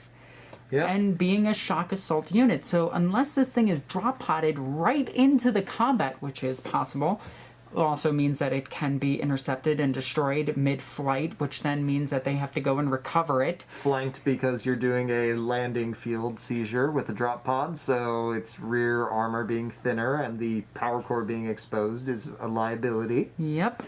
Yeah, it is no good. Alright, so moving on from there, we see that this one is armed with the twin-link glass cannon, the best weapon in 40k, the best weapon in this sci-fi universe. Yep. Well, the best standard weapon. Yep, and then the Missile good old launcher. missile launcher, which the last cannon missile launcher, I feel like that was the only way you built dreadnoughts. Either that or Mortis, where in you the took game for quad, forever. Oh Yeah. yeah, you could do like all the auto cannons in the world. or all the last cannons. Yeah. So yeah, it's like this is when we look at this is the fairly standard one. And so now traversing 360. Spin it like a top, it can shoot everything. Yep. Cool, awesome, great. Elevation, it can go up 90 degrees and down 90 degrees. So straight up, straight down. Now, With this its is weapons. important. Remember how we were talking about, like, oh, let's assume it can flip its gun back around to the other side? Oh, it can't. It can't, yes. Well, according to this version built on Mars, it can't. Oh, that is really bad. Yep. So So this thing has to expose its... it has to turn around to fight people, so you have to hope that it never gets flanked. So essentially, this would fill the same role as Terminators do when you talk about urban environments. They are at the front of a column of other Marines moving through. You put the Terminators at the brunt of any sort of assault, intercepting the heaviest fire, and the other Marines clear objectives as you go. But this thing moves too slow. I think Terminators also move too slow, but we'll get to that later. I'll find out their Yeah. actual movement speed and everything. We'll pull that all up. Now, this thing has a main ammo capacity because of the power pack. Excuse me. It's 100 shots with the twin-linked las cannon. Okay, that's really good. That is really good. Let us remember that a twin-linked las cannon fires 2 shots. So that's 50 shots. 50 expenditures of ammunition. So, granted, that means you could kill 50 vehicles. 8 missiles. Congrats, you can possibly kill 8 vehicles. So 58 to 60 vehicles would seem about the average for this thing. Which is pretty good. Well, this is the one with no backup weapon. Yeah. Doesn't have a storm bolter, doesn't have a flamethrower. Yeah, doesn't have any of those. And you are now... If you hit every single shot, and every shot is a kill, phenomenal. That's amazing. Congrats. And considering it's a Space Marine, that can happen. Yeah, that can happen. But we're still talking about extended combat operations. So either this thing is constantly going to need resupplying on those missiles, or why does it have them there?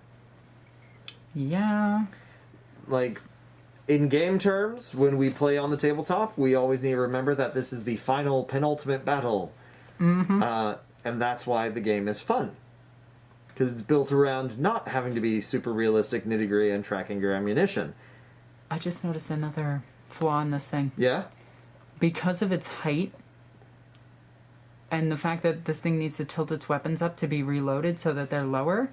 Oh yeah, you need a step ladder. No, you need a sentinel to reload it. No, the step ladder was a joke. But yes, You Like, do need to... You Logistics. need to run up to this thing. Logistics matter. Oh my god. Okay? I love my old supply and logistics folks. Anyone out there who's watching this who is going into logistics for the military, God bless you. Because it is a lot of extra work getting just ammunition to somebody. This thing needs heavy ammunition. It needs missiles. It needs heavy bolter shells, so standard bolter rounds and things like that for the storm bolter. Canisters for its flamers. Like the propellants for the multi-melta system. Now, And- granted, that all gets drop potted down. Sure. And then the serfs, or because it is the serfs, Yeah. the servitors, everything runs up to it, collects all of that stuff while the warrior serfs protect them, Yep. or Space Marines protect them, which is diverting Space Marine forces, or the Imperial Guard do it. Yep. Then they have to reload these things, and it's... You're giving too much away on what we're going to talk about when we talk about airfield seizures. And the big problem with doing orbital assaults. But yeah, like logistics. Logistics kills the Dreadnought dead. The las cannon is really cool. It's really great. We all agree that it is the best weapon in this universe for a like army-wide standardized thing. It's great. So why are there not just two? Right? Why even have because this? they can't figure that out. Because like how they can't figure out how to build the Dreadnought. So that means if one of these weapons is destroyed, it's irreplaceable. Yeah, Even though the las cannon and the missile launchers are standard. Yeah, let's just remind everybody that if you can think of 20 individual dreadnoughts that you have seen destroyed on a game of 40k at any time, that means that you have seen more dreadnoughts than most companies have access to die, and they are irreplaceable. So, if you want they're to, not. if you want to talk with your friends about instilling the rule of, hey, let's play a campaign day, where you can replace all your infantry, you can replace all your tanks, but you can't replace dreadnoughts. Oh, and you can't replace land raiders. And you can't replace land raiders. See how quickly your friends start not taking dreadnoughts and land raiders. Mm-hmm. So, Even though no one's taking the standard dreadnought anyway, because it's not good. that's beside the point. The venerable one is good, because he hits on 2s. Yes. Alright, so everything else just tells us that 75mm armor, which is here, here, here, and on the guns, but it still leaves all those wires exposed. Yep. But let's get on to the next page, shall we? Ta-da! We have the Dreadnought, and this one is made on a different world. Yeah. That's kind of neat. This one's 11 tons, so this one's a little bit better. Little bit, lighter. This one also appears to be bigger? And this is the Mark IV Dreadnought. So 3.4. So this is the one that's susceptible to demon possession. Oh, geez. So if you're ever curious about which Dreadnought the Mark IV is, collar, Space Marine head. Make sure you are modeling your things accordingly. Yeah, put a demon in it. Put a demon in it. That way it's more accurate to the lore. Yes. And isn't that what we all want? Yep. So this thing has the exact same problems as the other one. It has a heavy bolter, which in my opinion is a worse weapon combined with the missile launcher. There's the Furioso pattern. There's the Rifleman pattern, the Mortis. This was the best Dreadnought in this edition. Yep. There's all of its different arms, and keep in mind it can mix and match these arms. Back in the day, the plasma cannon used to kill it. Yep, it would automatically explode it if you rolled badly. Now, not nearly as much. And then it had the twin heavy bolter. There was also a triple heavy bolter option. The Hurricane Bolter, yeah. Yeah, the Hurricane bolter. The Hurricane Bolter on all the Ironclads. Oh wait, Ironclads are different. They don't know how to make those. Maybe they do know how to make Ironclads. But, in my opinion, the two close combat weapons are probably the worst. Okay. And here's my reasoning for it. This one, sitting far back because of its low speed, it's going to have to hold a position by itself. Yep. It's going to die. Because it cannot keep up with the infantry. It's going to... This thing would be a huge boon to the Imperial Guardsmen around it defending it. This this is one of those weapon systems where if I am going to take it, it is going to have it's going to be a mobile gun platform within a fortification. Yep. It is going to be hey, I don't want to leave the guns standing on the wall all night so that enemy spotters can plot out like solutions for fire on them and just destroy all my fun toys before we get to shoot them.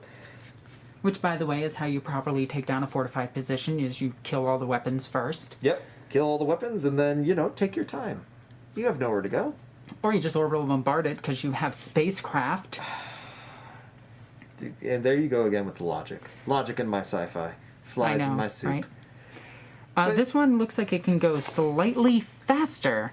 It's 1 ton less? No, it actually goes slower. Never mind. It's an older version, that's why. Oh, clearly. But it's a lighter version, so it must go slower. Yeah, it's lighter and thus much worse. I do like that they did not address something that I thought was very funny. The fact that they re-armored this one and covered up one of its most like this one too. Yeah. They covered up some of its biggest weaknesses. Yeah. The exposed wires. Now, here's the fun thing. Remember how they said the sarcophagus can be taken off? Yep. How do you take it off of a Mark IV? Haha. Huh.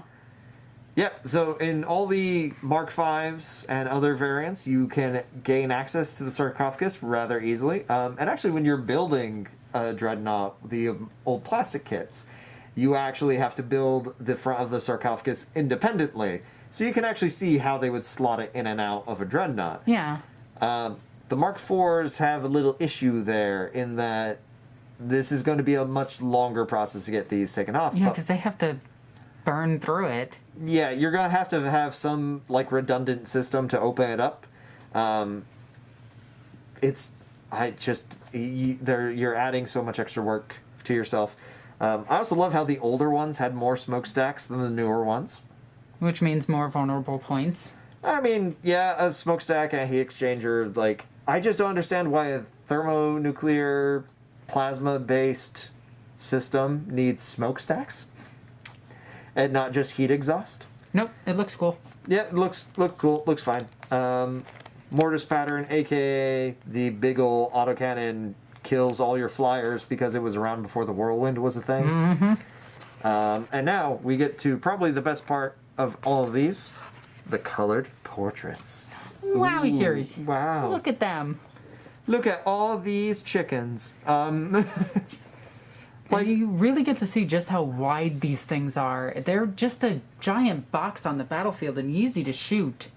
Yeah, they've got still a fairly wide profile, side on. They are so slow, and as we talked about in the Lehman Russ video, these things are still going 3 to 4 times faster than a Lehman Russ, or these things are going 3 to 4 times slower than any of the Lehman Russ variants. Never mind a Chimera, which is going to be freaking what's that one? Initial D. It's just gonna be drifting around it. It's just flying around the corners, fighting everything that it can, and yeah, it's they look real cool, but they have so many issues. Yep. Now let's talk about one of the biggest weaknesses: the fact that this wire right here is exposed on every single version of this Dreadnought. Yep. And the only ones where it's not exposed are things like the Contemptor Dreadnought, which is a relic, and the updated Primaris Dreadnought doesn't have all the dangly bits. And we don't see it on Leviathan, I don't think. No, I think we do. I don't know. I know it's on the Deredeo, because I took those off of my Deredeo, because I was like, this is stupid, they would hose it differently. Yeah, and so... a power sword would sail right through that. A guy with a baseball bat who's a mutant would tear this thing apart. Yeah, and that is either, because again, fantasy, sci-fi, we know that they have specific cabling installed to control the impulse movements of these mechanisms, but we also know that they have to be hydraulically moved. So, either this is hydraulic fluid, or these are the mind impulse unit cables that interface with the legs. either way, you take damage to one of those, you lose efficiency in how you can move, or you just become immobile. And anybody who played these things back when you could immobilize vehicles on a lucky dice roll has seen what happens when these cables get cut. The Dreadnought just stands there and gets very sad. Mm-hmm. Now, one of the other big things is, because we know that this can't engage two enemies on two different sides of it, or even assuming it can kill one and then spin around and kill the other one, if it's Eldar, the Howling Banshees are going to cut these cables prior to it actually fighting them, unless it can surprise attack them. Yeah. Shuriken, cannons... Orc boys will just run up to it in vast numbers before one of them gets to it. Yeah, and this isn't even going into just shrapnel being a concern. Yeah, shrapnel, just one hole in this thing is going to immobilize it. Yeah, there's actually a mathematical series of equations that were figured out to determine the percentage of incapacitation, the PI. So this was the chance that an explosion goes off. How far away do you have to be in order to have a certain percentage risk of not getting hit by any shrapnel from that explosion? And let's be clear about this, because this is what's kind of ridiculous. If you're within, say, about 600 meters of an explosion, as far as the U.S. military is concerned, that's danger close. That means there's a non-zero chance that a piece of shrapnel could come over and, take your eye and some brain with it. Now, If you're within 250, that becomes a 1% chance. So, bolters that are essentially gyroscopic rocket rounds that detonate? We do know how small that explosion is now, thanks to the new cinematic. The explosion's small, but that shrapnel can still go quite a ways. Yeah. Because though we're talking about a few 100 meters, so 100 yards or so for Americans, where shrapnel can still ping off and cause serious damage. And I have seen, brake lines get cut from shrapnel that was nowhere near it. And these were on Humvees, where the shrapnel had to bounce under an entire armored front, kick up into the undercarriage of the vehicle, and still cause significant damage. And because of their thickness, this is a target for a sharpshooter. Yeah, thick with two C's. And it's slow. So it's not like you don't have the opportunity. Depending on its weapon loadout, if this thing is reloading, you could just shoot it with an RPG. Even if it doesn't penetrate this armor, aim at its knees. Yeah. You'll hit these. Yeah, you can cause some serious damage with it. And let's remember, landmines become slightly less useful against vehicles because you can replace pieces fairly quickly.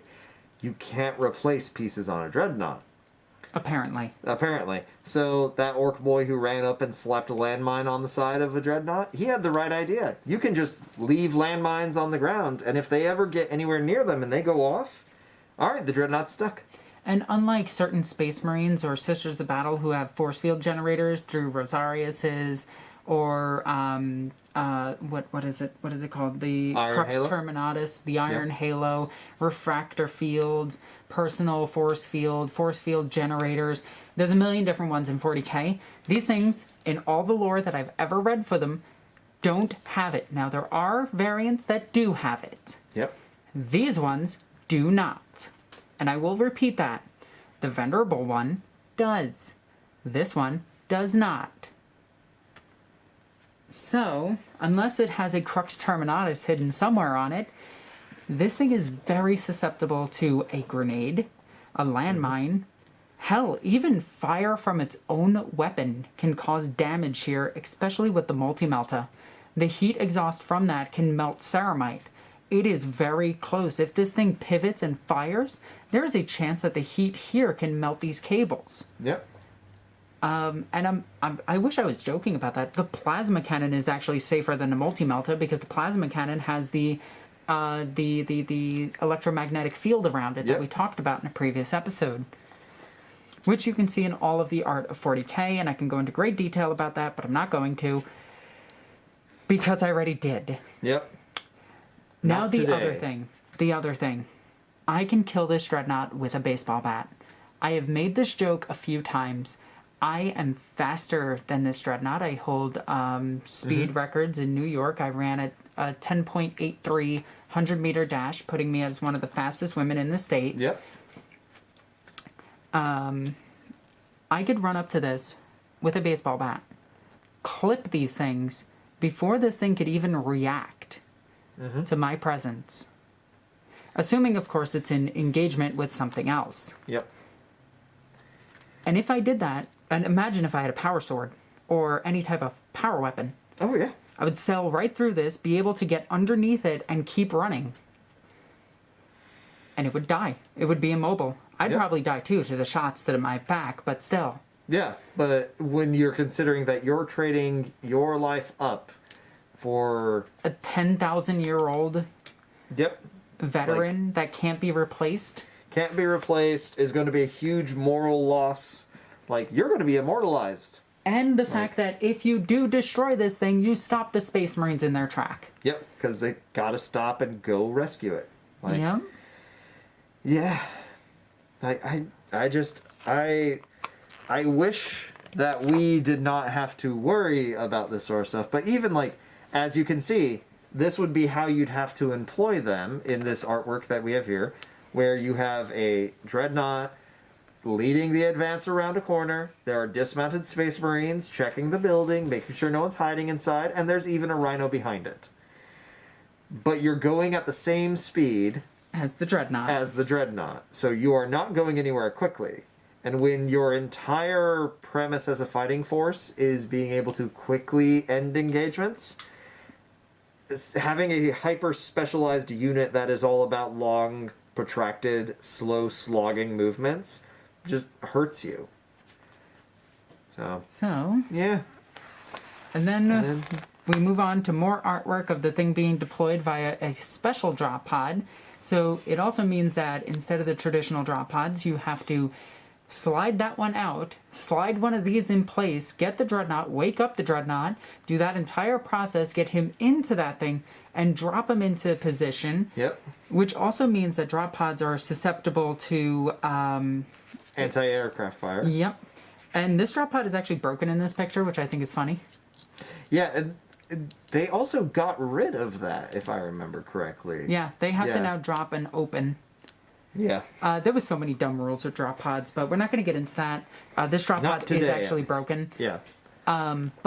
Or you can deploy it via a Thunderhawk, and that would actually be kind of scary, especially if you go to ambush the Thunderhawk upon landing, and then a Dreadnought walks out. It's just more firepower to deal with. Yeah. But, again, this vehicle, susceptible to anti-aircraft fire.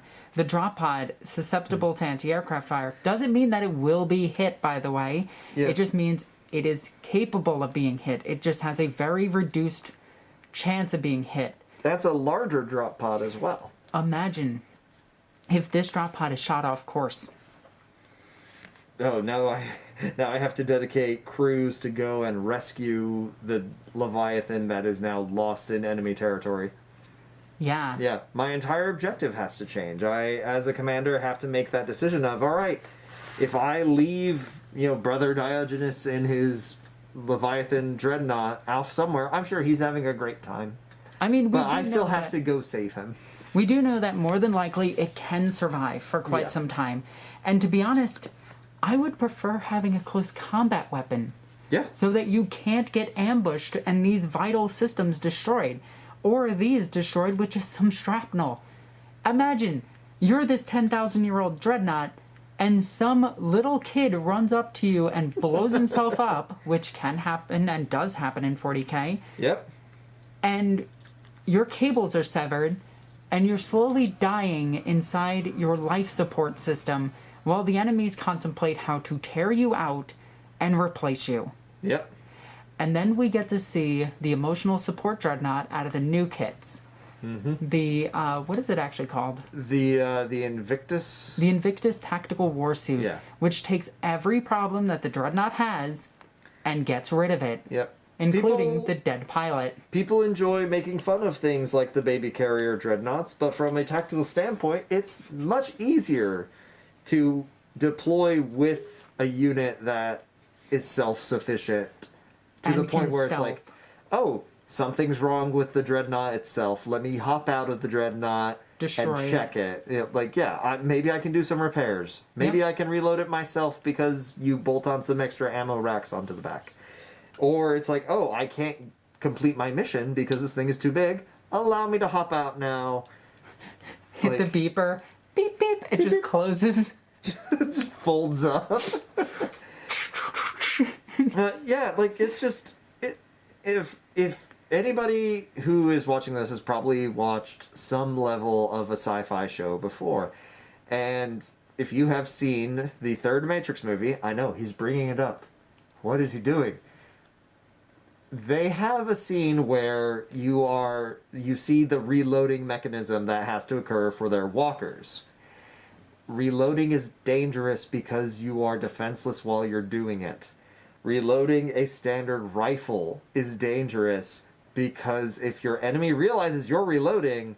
That's why you always tell your team you're reloading. That's why you shout out at the top of your lungs. Yeah, in the real world, you only do that if you're in the middle of a squad of like 15 people. If it's you and a team of 3, yes, you have methods for doing it, but you're not shouting loud enough that someone can hear you. Well, yeah, obviously. Yeah. I assume you're doing it on closed comms. Yeah, you can do it on closed comms, especially if you have throat mics and whatnot. Just like cover me. Honestly, you can also just signal and things. Hand signs are super important. Yeah, hand signs are actually something that you can be quizzed on in the military. Which is funny, because I actually did that in my Dark Heresy campaign. Yeah. Rosalina is an expert at hand signs. Yeah, sign language is really fun, especially in combat zones, because you can get real flippant with how you respond to someone over the radio if you get to just turn around and sign an insult to your buddy. Yep. But yeah, like, I don't know. Dreadnoughts are... they don't get a passing grade from me. I think they would be real cool in a lot of different settings, but they would have to be faster. If they could run at like 20 miles per hour... Yeah. That'd be cool. Or just basically move at 20 miles per hour, and we get all the Dreadnought stats here and everything, and... Yeah. Thought of the day, only the faithless question. Well, we're both a little faithless these days, it seems. Yeah. But, yeah, it's... As far as, like, my modern military brain goes, these things would be great for defensive emplacements. So your Imperial Fist would love them. Yeah, sure. Imperial Fist would love them. Put them on a high wall somewhere. They'd be great. But not anymore, because now... They can't go in terrain. They can't go in terrain. They also are not the new defense emplacement gun with the Tech Marine sitting on it. Yep, which is way better. Is replaceable. And that Marine can leave. The Marine can unhook and walk away. Or just throw his weapon. Yeah, there is... Everything that is wrong with a Dreadnought revolves around the fact that it is slow, needs lots of extra support. If you lose one, it's a huge moral victory for your opponent. Not only that, could you imagine if your opponent knew that what the Dreadnought meant? Oh, yeah, and that's... If you're talking about traitor legions, okay, so they take out your Dreadnought. They never recolor it. They just put somebody in it and have it run at your own troops. Yeah. How demoralizing would that be? Even then, if you did recover it, all right, leave some of the original heraldry showing underneath. Because that split second of decision of like, oh man, do I shoot? Because that guy is an Imperial Fist yellow. Now, for those of you that say, that would never happen, which is literally none of you, but there is that one guy, and I see him typing, and I'm going to go punch him after this, except that I'm not. There's a book called Deathwing, where that exact scenario happens. A demon possesses a Mark IV Dreadnought of the Deathwing, and they have to go out and kill it. But they don't want to. Yeah. Because they're trying to save the Dreadnought. So this Dreadnought is just tearing them apart, and they have to... Like, how much new blood is worth an old unit? Yeah. In my opinion, that experience is gone. Blow up the Dreadnought. Yeah, and it's... I agree. I completely agree. Like, the second that Dreadnought becomes useless on the battlefield, which will be very quickly, by the way... Yep. It just becomes a hindrance. It's a hindrance before it even gets to the battlefield. It's a hindrance in space months before the battle. It's like, it's a hindrance from the second the battle fleet has to negotiate its plans because, hey, we have to go pick up A Dreadnought. a Dreadnought. We have to go pick Grandpa up because he's the only one who's fought these things before. Rather than just getting him in on an astropath call. Yep. And being like, how do we fight these things? Have somebody back home wake him up, ask the question. You know, as dumb as the Space Wolves are in the lore for some of their things, Yeah. at least they have Bjorn tell them all stories. Yeah, and they wake him up every year to be like, hey, Bjorn, tell us about the Great Route. Please, Grandpa Bjorn. Tell us about fighting alongside Lehman Russ. Tell us about fighting alongside this, and this. Tell us how you fought this enemy. Is it true Magnus did nothing wrong? God, no. He destroyed humanity's entire future. Anyway, the Dreadnought. 0 out of 10. 0 out of 10. It's bad. Very bad. And I think this is going to apply to all Dreadnoughts, unfortunately. Yeah, it's... Except for... Well, we gotta look into the Redemptor Dreadnought and get its stats and everything. We will cautiously be optimistic, but at the same time, we will also plan on just not enjoying that review at all. Yeah. Best way to implement a Dreadnought, drop pod it in. With support. Yeah. Bust it out for parades. Yeah, parades it'd be perfect for. Perfect for parades. They go about that slow. Yeah, no, that'd be great for parades.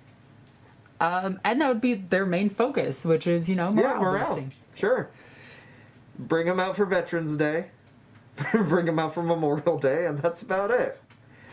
Put a nice red carnation on the front of it, Yeah. Oh my God, these things. These are the senile grandpa who likes to talk about war. You wouldn't want to take him into an actual fight, but you know what? Maybe it's good for some research just to chat him up a little bit. Yeah. Anyway, I think we're done here. I think we're done. Oh my God, this thing is so bad. It's so bad. The fact that a child could kill it is a huge factor. Yeah. The fact that shrapnel can kill it, its own weapon can kill it. The drop pod in could kill it. There's so much wrong with it. It's literally everything wrong with it. We're not even getting into the old gameplay mechanic of, oh, you destroyed my weapon and your weapon got destroyed. 2 dreadnoughts locked in combat. Eternally, yeah. Eternally. Slowly dancing with one another. Alright guys, I hope you enjoyed that video. Sterling, thank you again for joining me for another edition of this series. Yeah, thanks for having me. Just so that everybody knows, I did officially join the Discord for Alexis's Discord, so make sure that if you're not already a Patreon, sign up, because it's a lot of fun. Yeah, you get to see all of our shenanigans in the Patreon chat. You get to see all the shenanigans, and you will occasionally see me pop in, pop out, make some jokes, and answer questions that get brought up by all the other patrons and fans. Yeah. And while you're checking out all the links in the description down below, be sure to follow me on Twitch, Twitter, Instagram, and Facebook. I post a lot there, and I've been posting a lot more army updates than usual. But yeah, as always, NornQueenAlexis. Love you guys. Bye.